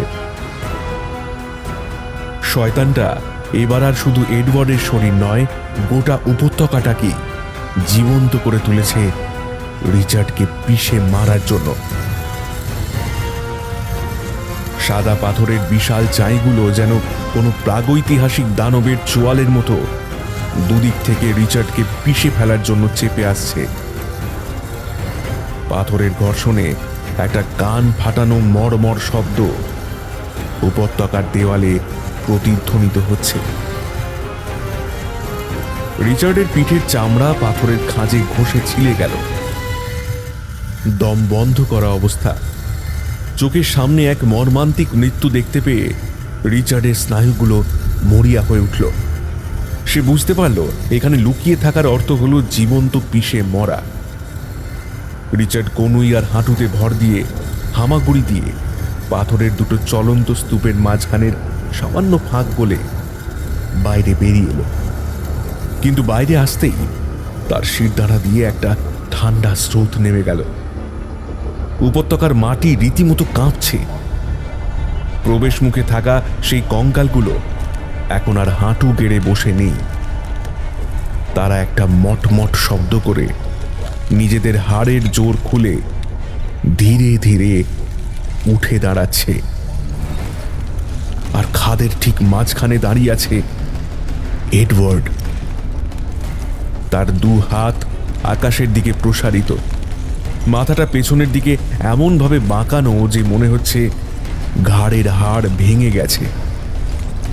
তার মুখ দিয়ে এক টানা বেরোচ্ছে সেই ঘর ঘরে ঐশাচিক মন্ত্রোচ্চারণ। ওমলভো, ওমলভো। রিচার্ডের পালানোর একটাই রাস্তা খোলা, সেই বিশাল অন্ধকার গুহামুখ। পেছনের কঙ্কাল বাহিনী বা উন্মত্ত এডওয়ার্ড তাকে ধরতে আসার আগেই রিচার্ড তার জীবনের সমস্ত শক্তি পায়ে জড়ো করে গুহার অন্ধকারের দিকে দৌড় দিল। গুহার ভেতরটা বরফের মতো কনকনে ঠান্ডা, কিন্তু অদ্ভুতভাবে ভেতরটা একদম ঘুটঘুটে অন্ধকার নয়। গুহার এবড়ো খেবড়ো দেওয়ালে ছড়িয়ে থাকা সেই মোটা হলদেটে সোনার শিরাগুলো থেকে একটা ম্রিয়মান অসুস্থ হলুদ আলো ঠিকরে বেরোচ্ছে। গুহার বাতাসটা এত ভারী আর বদ্ধ যে রিচার্ডের শ্বাস নিতে কষ্ট হচ্ছে। সে হাঁপাতে হাঁপাতে গুহার বেশ কিছুটা ভেতরে চলে এলো। একটা বড় পাথরে হেলান দিয়ে বসে সে একটু দম নেওয়ার চেষ্টা করল।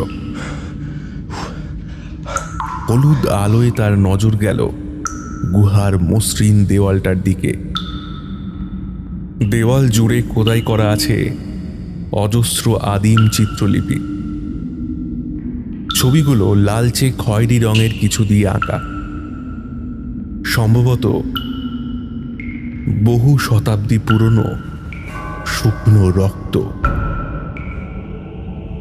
রিচার্ড একজন ইতিহাসবিদ। সেই কাঁপা কাঁপা হাতে ছবিগুলোর ওপর হাত বোলাতে শুরু করল। প্রথম ছবিতে আঁকা আছে আকাশ থেকে নেমে আসা একটা বিশাল নিরাকার কালো সত্তা, যা কঙ্গোর এই উপত্যকায় এসে পড়ছে। পরের ছবিতে দেখা যাচ্ছে স্থানীয় উপজাতিরা সেই সত্তার কাছে রাশি রাশি মানুষের কাটা মাথা আর হৃৎপিণ্ড বলি দিচ্ছে, আর তার বিনিময়ে সেই সত্তার শরীর থেকে একটা হলুদ রঙের তরল গড়িয়ে পড়ছে মাটিতে, যা পেয়ে মানুষগুলো উন্মাদ হয়ে উঠছে। রিচার্ডের মাথার ভেতরটা ঝনঝন করে উঠল। উপত্যকার আসল এবং ভয়াবহ ইতিহাসটা তার চোখের সামনে পরিষ্কার হয়ে গেল। এই সোনা কোনো সাধারণ খনিজ পদার্থ নয়, এগুলো হলো মাটির নিচে থাকা এই প্রাচীন আফ্রিকান শয়তান উমলভুর বিষাক্ত কষ বা রক্ত, যা বাতাসের সংস্পর্শে এসে জমাট বেঁধে সোনার মতো চকচক করে। সোনাটা আসলে একটা টোপ। মানুষের ভেতরের লালসা আর লোভকে আকর্ষণ করার জন্য বিছানো একটা মায়াজাল। যে মুহূর্তে লোভী মানুষ এই সোনা কাটতে গিয়ে নিজের রক্ত ঝরায়, শয়তানটা সেই রক্তের স্বাদ পেয়ে জেগে ওঠে এবং শিকারের শরীর ও মন পুরোপুরি দখল করে নেয়। সান্তোষের নাবিকরা এই জন্যই উপত্যকায় মারা পড়েছিল। ঈশ্বর, আমরা সোনার খনিতে আসিনি, আমরা একটা রাক্ষসের পাকস্থলীর ভেতর ঢুকে পড়েছি। তার চিন্তার সুতোটা হঠাৎ একটা হাড় হিম করা মড়মড় শব্দে ছিঁড়ে গেল। রিচার্ড গুহা মুখের দিকে তাকালো। সেখানে এসে দাঁড়িয়েছে এডওয়ার্ড। গুহার ভেতরের হলুদ আলোয় তাকে এবার স্পষ্ট দেখা যাচ্ছে, কিন্তু ওটা আর মানুষের শরীর নেই। এডওয়ার্ডের শরীরটা যেন তীব্র উত্তাপে মোমের মতো গলতে শুরু করেছে। তার খাকি শার্টটা ফেটে ফালা ফালা হয়ে গেছে। গুহার ছাদ আর দেওয়াল থেকে নেমে আসা অসংখ্য কালো মোটা শেকড় সাপের মতো জ্যান্ত হয়ে এডওয়ার্ডের শরীরের ভেতর ঢুকে যাচ্ছে। তার চামড়া ফুঁড়ে বেরিয়ে আসছে তীক্ষ্ণ সাদা হাড় আর সেই হলদেটে সোনার শিরা। রিচার্ড পাথরের মতো জমে গিয়ে এই বীভৎস রূপান্তর দেখতে লাগলো। এডওয়ার্ডের শরীরটা ফুলে ফেঁপে মাটি, শিকড়, হাড় আর সোনার এক ভয়ঙ্কর সংমিশ্রণে প্রায় 10 ফুট লম্বা একটা অতিকায় দানবে পরিণত হলো। দানবটার পা দুটো গাছের মোটা গুঁড়ির মতো, আর হাতগুলো যেন বিশাল করাতের ফলা। কিন্তু সবচেয়ে ভয়াবহ দৃশ্যটা হলো দানবটার মুখ। এতগুলো বিকৃত শিকড় আর পাথরের চামড়ার ঠিক মাঝখানে দানবটার মাথার জায়গায় আটকে আছে এডওয়ার্ডের অবিকল সেই চেনা মুখটা। কিন্তু মুখটা এখন এক অমানবিক যন্ত্রণায় বিকৃত। এডওয়ার্ডের চোয়ালটা বুকের কাছে ঝুলে পড়েছে, চোখ দুটো সম্পূর্ণ কালো, আর গালের দুপাশ দিয়ে গলিত সোনার মতো হলুদ রঙের তরল অনবরত ঝরে পড়ছে, যেন এডওয়ার্ডের আত্মাটাকে এই দানবটা গিলে ফেলেছে আর তার খোলসটাকে নিজের মুখোশ হিসেবে ব্যবহার করছে। Richard, Richard! দানবটার পেট চিরে এডওয়ার্ডের গলার সেই কান্নার স্বরটা আবার বেরিয়ে এলো, কিন্তু পর মুহূর্তেই সেটা একটা বধির করা গর্জনে বদলে গেল। উমলভু তার আসল রূপ ধারণ করেছে। দানবটা তার বিশালাকার শিকড়ের হাত তুলে পুরো গুহা কাঁপিয়ে রিচার্ডের দিকে এগিয়ে এলো। রিচার্ডের পেছনে আর কোনো রাস্তা নেই। তার পিঠ ঠেকে গেছে গুহার শেষ দুর্ভেদ্য দেওয়ালের সাথে। তার শিরদাঁড়া বেয়ে নেমে যাচ্ছে এক শীতল ঘর্মাক্ত আতঙ্কের স্রোত। সামনে দাঁড়িয়ে থাকা ওই 10 ফুট লম্বা শেকড় আর হাড়ের তৈরি দানবটাকে আর কোনোভাবেই পৃথিবীর কোনো প্রাণী বলে মনে হচ্ছে না। তার বুকের কাছে ঝুলে থাকা এডওয়ার্ডের বিকৃত মুখটা থেকে অনবরত গলিত সোনার মতো হলুদ তরল ঝরে পড়ছে, যা গুহার মেঝেতে পড়তেই ছ্যাঁক ছ্যাঁক শব্দ করে ধোঁয়া ওঠা শুরু করেছে। দানবটার শরীর থেকে পোড়া মাংস আর হাজার বছরের পুরনো পচা মাটির এক বমি উদ্রেককারী গন্ধ বেরোচ্ছে। উমলভু তার শেকড় দিয়ে তৈরি বিশাল করাতের মতো ডান হাতটা মাথার উপর তুলল। গুহার ভেতরের সেই হলুদ রুগ্ন আলোয় দানবটার ছায়া রিচার্ডের গোটা শরীরটাকে ঢেকে ফেলল। রক্ত! দানবটার পেট চিরে একটা প্রতিধ্বনি শোনা গেল। পর মুহূর্তেই সেই বিশাল হাতটা সজোরে আছড়ে পড়ল রিচার্ডের দিকে। রিচার্ড কোনো মতে নিজের শরীরটাকে বাঁদিকে ছুঁড়ে দিল। একটা কান ফাটানো বিস্ফোরণের মতো শব্দ হলো। দানবটার হাত রিচার্ডের গায়ের পাশ দিয়ে গিয়ে গুহার নিরেট পাথরের দেওয়ালে আঘাত করেছে। পাথরের টুকরো আর ধুলোয় চারপাশ ভরে গেল। রিচার্ড ছিটকে গিয়ে পড়ল মেঝেতে। তার কাঁধের কাছে চামড়া ছিলে রক্ত বেরিয়ে গেছে। ধুলোর মেঘটা একটু সরতেই রিচার্ড দেখল দানবটার ওই প্রচণ্ড আঘাতে গুহার দেওয়ালের ভেতর থাকা একটা বিশাল সোনার শিরা ফেটে গেছে, আর সেখান দিয়ে ফিনকি দিয়ে বেরোচ্ছে সেই হলদেটে জ্বলন্ত তরল শয়তানের রক্ত। দানবটা গর্জন করে ফিরে তাকালো রিচার্ডের দিকে।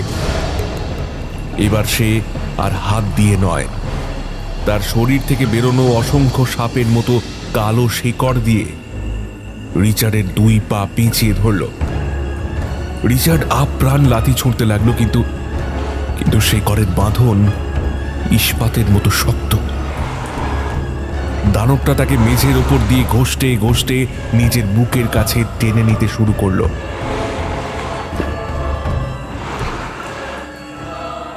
রিচার্ডের আঙুলগুলো পাথরের মেঝে খামচে ধরে বাঁচার মরিয়া চেষ্টা করছে।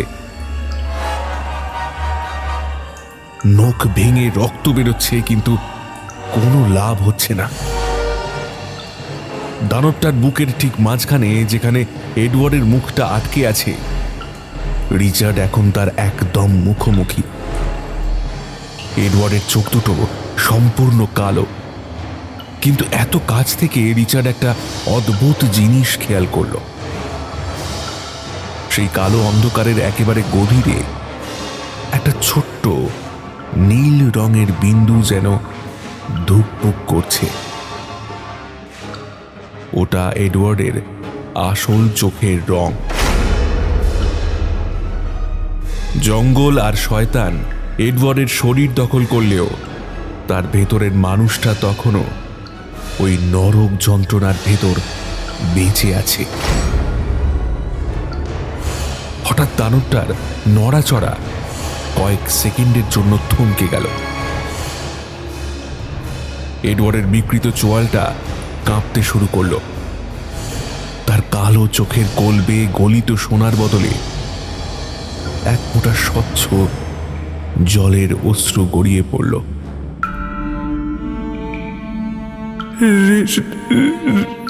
রিচার্ড। গলাটা আর সেই পৈশাচিক গলার নয়, এটা এডওয়ার্ডের নিজের ভাঙা এবং যন্ত্রণা ক্লিষ্ট স্বর। আমাকে মেরে ফেল, পালা পালা, তুই আমাকে মেরে ফেল। রিচার্ডের বুকটা মোচড় দিয়ে উঠল। তার বন্ধু, তার সারা জীবনের সঙ্গী আজ এক শয়তানের শরীরে বন্দী। কিন্তু শোক করার মতো সময় রিচার্ডের হাতে নেই। এডওয়ার্ডের ওই মানবিক সত্তা মাত্র কয়েক সেকেন্ডের জন্যই শয়তানটাকে আটকে রাখতে পেরেছে। পর মুহূর্তেই দানবটা আবার একটা বীভৎস গর্জন করে উঠল।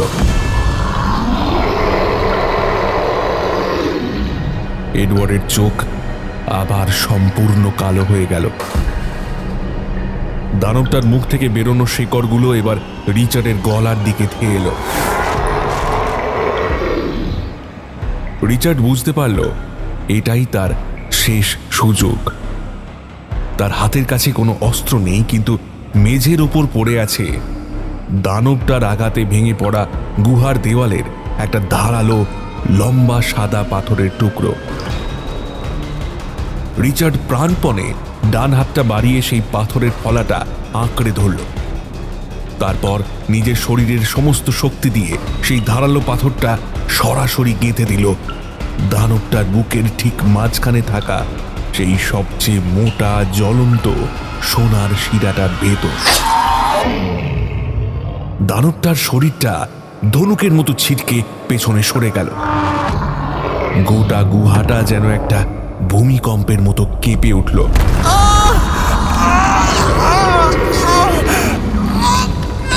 দানবটার বুক থেকে একটা অমানুষিক আকাশ ফাটানো আর্তনাদ বেরিয়ে এলো।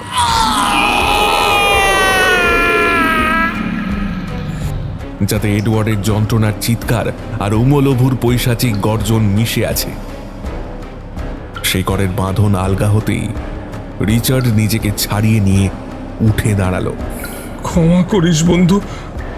রিচার্ড শেষবারের মতো এডওয়ার্ডের দিকে তাকিয়ে ফিসফিস করল। তারপর গুহা মুখের দিকে অন্ধের মতো দৌড় লাগালো। পেছনে গুহার ছাদ তখন ধসে পড়তে শুরু করেছে। বড় বড় পাথরের চাই খসে পড়ছে শয়তানটার শরীরের ওপর। কিন্তু রিচার্ডের বিপদ এখানেই শেষ নয়। গুহামুখ পেরিয়ে উপত্যকার সেই সাদা পাথরের খাদে পা রাখতেই তার রক্ত জল হয়ে গেল। খাদের মেঝেতে পড়ে থাকা সেই শত শত কঙ্কাল এখন পুরোপুরি জেগে উঠেছে। তাদের পাঁজরের ভেতর আটকে থাকা সোনার ডালাগুলো যেন হৃৎপিণ্ডের মতো জলজল করছে। রিচার্ডকে গুহা থেকে বেরোতে দেখেই কঙ্কাল বাহিনী হাড়ের মটমট শব্দ তুলে তার দিকে ধেয়ে এল। উপত্যকার আকাশটা এখন ঘন বেগুনি আর কালো মেঘে ঢাকা। চারপাশের বাতাস যেন একটা বুনো ঝড়ের মতো ঘুরপাক খাচ্ছে। রিচার্ড আর কিছু না ভেবে খাদের মাঝখান দিয়ে দৌড়াতে শুরু করল। একটা কঙ্কাল তার পথ আটকে দাঁড়াতেই রিচার্ড একটা পাথরের টুকরো তুলে তার খুলিতে সজোরে আঘাত করল।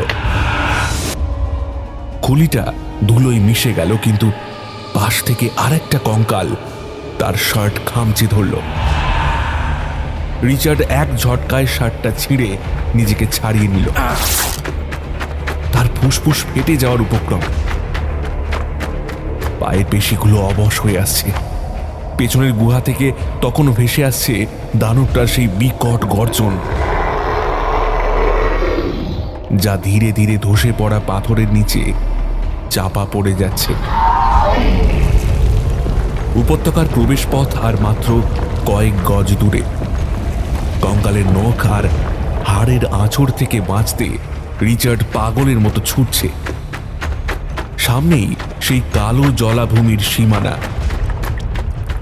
জঙ্গল যেন তাকে গ্রাস করার জন্য মুখিয়ে আছে। কিন্তু এই অভিশপ্ত উপত্যকার চেয়ে ওই জঙ্গলই এখন তার কাছে স্বর্গের মতো মনে হচ্ছে। এক শেষ লাফে রিচার্ড উপত্যকার সীমানা পার হয়ে সেই জলাভূমির নরম কাদায় এসে পড়ল। আর ঠিক সেই মুহূর্তে তার পেছনে একটা কান ফাটানো বিস্ফোরণের শব্দ হলো। রিচার্ড কাদায় পড়ে গিয়েও ঘাড় ঘুরিয়ে দেখল সাদা পাথরের উপত্যকার প্রবেশপথটা হুড়মুড় করে ধসে পড়ছে। অসংখ্য কঙ্কাল এবং সেই প্রাচীন খনি যেন নিজেদের কবর নিজেরাই খুঁড়ে চিরতরে মাটির নিচে তলিয়ে যাচ্ছে। ধুলোর বিশাল একটা মেঘ রিচার্ডের ওপর আছড়ে পড়ল। কিন্তু সে বেঁচে গেছে। শয়তানের গ্রাস থেকে সে বেরিয়ে আসতে পেরেছে। তবে এই দৌড় এখনো শেষ হয়নি। তাকে এবার পেরোতে হবে সেই বিষাক্ত কুয়াশার জলাভূমি। উপত্যকার সেই গগনবিদারী পতনের শব্দটা ধীরে ধীরে মিলিয়ে গিয়ে এক দম বন্ধ করা নিস্তব্ধতায় পরিণত হল। রিচার্ড কালো জলাভূমির কাদায় উপুড় হয়ে পড়ে আছে। উপত্যকা থেকে উড়ে আসা সাদা ধুলোর আস্তরণ তার সারা শরীরে মেখে গিয়ে তাকেও যেন একটা জীবন্ত কঙ্কালের মতো দেখাচ্ছে। সে অতি কষ্টে মাথা তুলে পেছনের দিকে তাকালো। সাদা পাথরের সেই অভিশপ্ত উপত্যকার প্রবেশপথ আর নেই। সেখানে এখন হাজার হাজার টন পাথরের এক দুর্ভেদ্য পাহাড়। সেই পাহাড়ের নিচেই চিরতরে চাপা পড়ে গেছে এক প্রাচীন শয়তান, এক অভিশপ্ত স্বর্ণখনি আর তার বন্ধু এডওয়ার্ড। রিচার্ডের চোখ ফেটে জল বেরিয়ে এলো, কিন্তু সেই জল গাল বেয়ে নামার আগেই কাদার সাথে শুকিয়ে গেল। শোক করার সময় এটা নয়। জঙ্গল তাকে এখনো পুরোপুরি ছাড়েনি। সামনে সেই মৃত গাছের সারি আর কালো জলের জলাভূমি। তবে একটা অদ্ভুত পরিবর্তন হয়েছে। উপত্যকা ধ্বংস হওয়ার সাথে সাথে জলাভূমির ওপর ভাসতে থাকা সেই বিষাক্ত নীলচে কুয়াশাটা যেন জাদুর মতো উধাও হয়ে গেছে। উমলভুর প্রভাব এই জঙ্গলের ওপর থেকে হয়তো চিরতরে মুছে গেছে। রিচার্ড কোনো মতে উঠে দাঁড়ালো। তার কাঁধের ক্ষতস্থান থেকে রক্ত চুইয়ে পড়ছে। সারা শরীরে প্রচণ্ড ব্যথা। তৃষ্ণায় ছাতি ফেটে যাচ্ছে, কিন্তু তার মনের ভেতর বেঁচে ফেরার এক অদম্য জেদ চেপে বসল। পরবর্তী 3টে দিন ছিল এক অন্তহীন যন্ত্রণাদায়ক দুঃস্বপ্ন।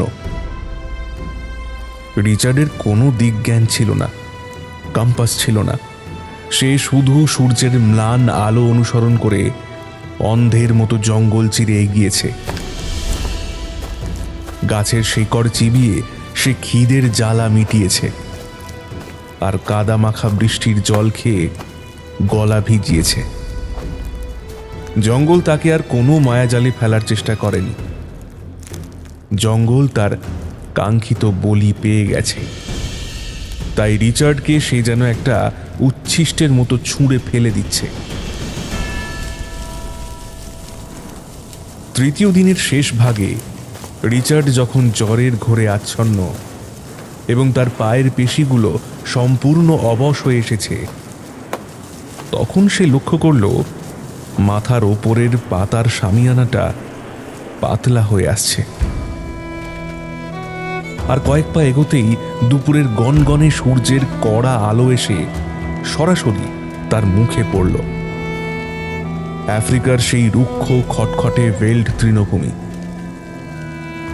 জঙ্গল শেষ হয়েছে। রিচার্ড তৃণভূমির শুকনো ঘাসের ওপর পা রাখতেই তার মনে হলো সে যেন নরক থেকে স্বর্গে এসে পড়েছে। তার চোখ সূর্যের আলো সহ্য করতে পারল না। সে 2 হাত বাড়িয়ে ঘাসের ওপর উপুড় হয়ে লুটিয়ে পড়ল। তার চেতনা ধীরে ধীরে অন্ধকারে তলিয়ে যেতে শুরু করল। জ্ঞান হারানোর ঠিক আগের মুহূর্তে রিচার্ড দেখল দূরে কয়েকটা অস্পষ্ট মানুষের ছায়া তার দিকেই ছুটে আসছে, আর সবার সামনে দৌড়াচ্ছে একজন বয়স্ক মানুষ, যার হাতে একটা বর্শা। এনকোসানা, তাদের সেই স্থানীয় গাইড। এনকোসানা কথা রেখেছিল, সে জঙ্গল ছেড়ে বেশি দূরে যায়নি। 1 মাস পর পূর্ব আফ্রিকার উপকূল থেকে একটি যাত্রীবাহী স্টিমার SS ভিক্টোরিয়া ভারত মহাসাগরের নীল জল কেটে সোজা লন্ডনের দিকে এগিয়ে চলেছে। স্টিমারের প্রথম শ্রেণীর একটি কেবিনে ইজি চেয়ারে হেলান দিয়ে বসে আছে রিচার্ড হ্যালওয়ে।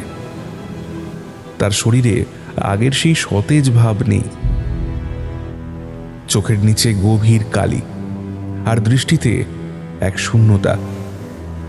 গত 1 মাস জাঞ্জিবারের হাসপাতালে চিকিৎসাধীন থাকার পর সে আজ শারীরিকভাবে সুস্থ, কিন্তু মানসিকভাবে। রিচার্ডের হাতের গ্লাসে থাকা স্কচটা সামান্য কাঁপছে। এডওয়ার্ডের সেই শেষ চাহনি, দানবের চোখের গভীরে লুকিয়ে থাকা এক বিন্দু নীল আলো তাকে প্রতি রাতে তাড়া করে ফেলে। রিচার্ড গ্লাসটা টেবিলের ওপর নামিয়ে রাখল। আজ রাতেই সে তার পুরনো কাদা মাখা সাফারি স্যুট আর বুট জুতোটা সমুদ্রে ফেলে দেবে বলে মনস্থির করেছে। ওই অভিশপ্ত যাত্রার কোনো স্মৃতি সে আর নিজের কাছে রাখতে চায় না। সে মেঝেতে রাখা তার পুরনো ব্যাগটা থেকে কঙ্গোর সেই কাদা শুকিয়ে যাওয়া বুট জুতো জোড়া বের করল। জুতোর সুতলিটা উপত্যকার ধারালো পাথরে প্রায় ছিঁড়ে বেরিয়ে এসেছিল। রিচার্ড জুতোটা হাতে নিতেই হঠাৎ জুতোর ওই ছেঁড়া সুতলির ভেতর থেকে ছোট ভারী কিছু একটা মেঝেতে খসে পড়ল। শব্দটা রিচার্ডের বুকের ভেতর একটা হাতুড়ির মতো আছড়ে পড়ল। সে সঙ্গে সঙ্গে মেঝের দিকে তাকালো। কেবিনের টিমটিমে আলোয় মেঝেতে পড়ে আছে একটা এবড়ো খেবড়ো হলদেটে পাথরের টুকরো। উপত্যকা থেকে পালানোর সময় সাদা পাথরের মেঝেতে ছড়িয়ে থাকা অসংখ্য সোনার দানা আর ডেলার মধ্য থেকে কোনো একটা ছোট টুকরো হয়তো রিচার্ডের জুতোর ছেঁড়া অংশে অজান্তেই আটকে গিয়েছিল। রিচার্ডের শ্বাস দ্রুত হয়ে এলো। তার সারা শরীরে কাঁটা দিয়ে উঠল। সে পা দিয়ে সোনার টুকরোটা ঠেলে দেওয়ার চেষ্টা করলো, কিন্তু তার পা যেন অবশ হয়ে গেছে। বাইরে সমুদ্রের হাওয়া স্টিমারের জানলায় ধাক্কা মারছে, কিন্তু সেই হাওয়ার শব্দের আড়ালে রিচার্ডের কেবিনের ভেতরকার নিস্তব্ধতা যেন হঠাৎ ভারী হয়ে উঠল। মেঝেতে পড়ে থাকা সেই সোনার টুকরোটা কেবিনের ম্লান আলোয় যেন অদ্ভুতভাবে একবার জ্বলে উঠেই নিভে গেল, ঠিক একটা ধুকপুক করা হৃৎপিণ্ডের মতো। আর তারপর সেই বদ্ধ কেবিনের নিস্তব্ধতা চিরে রিচার্ডের কানের খুব কাছ থেকে একটা ফিসফিসে আওয়াজ ভেসে এলো। আওয়াজটা এডওয়ার্ডের গলার। তুই আমাকে ফেলে এলি রিচার্ড, কিন্তু আমি তোকে ছাড়িনি। না! রিচার্ড দু হাত দিয়ে নিজের কান চেপে ধরে চিৎকার করে উঠল, কিন্তু সেই চিৎকার সমুদ্রের গর্জনে হারিয়ে গেল। উপত্যকা ধ্বংস হলেও উমলোভর অভিশাপ রিচার্ডের সাথেই সভ্য জগতে প্রবেশ করেছে। শয়তানের খেলা সবে শুরু হলো।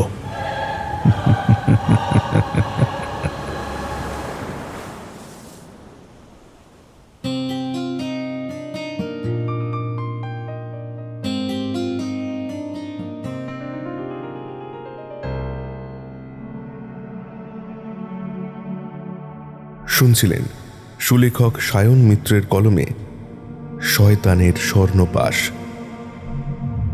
আজকের গল্পের সূত্রধার ও গল্প পাঠে আমি দেবাঞ্জন।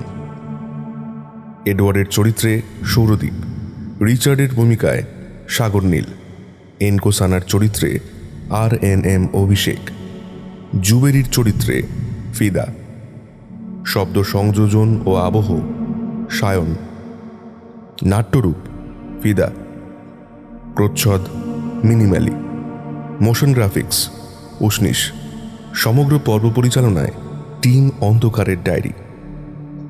আমাদের আজকের গল্পটি ভালো লাগলে একটি লাইক করবেন ও যারা এই ধরনের গল্প শুনতে ভালোবাসেন তাদের সাথে শেয়ার করবেন। আর হ্যাঁ, চ্যানেলে নতুন হলে চ্যানেলটি সাবস্ক্রাইব করতে ভুলবেন না কিন্তু। ফিরছি পরের গল্প নিয়ে আগামী শনিবার ঠিক দুপুর 12:30টায়। আপনারা শুনতে থাকুন অন্ধকারের ডায়েরি। ভয় যেখানে বাস্তব, অন্ধকার সেখানে গভীর।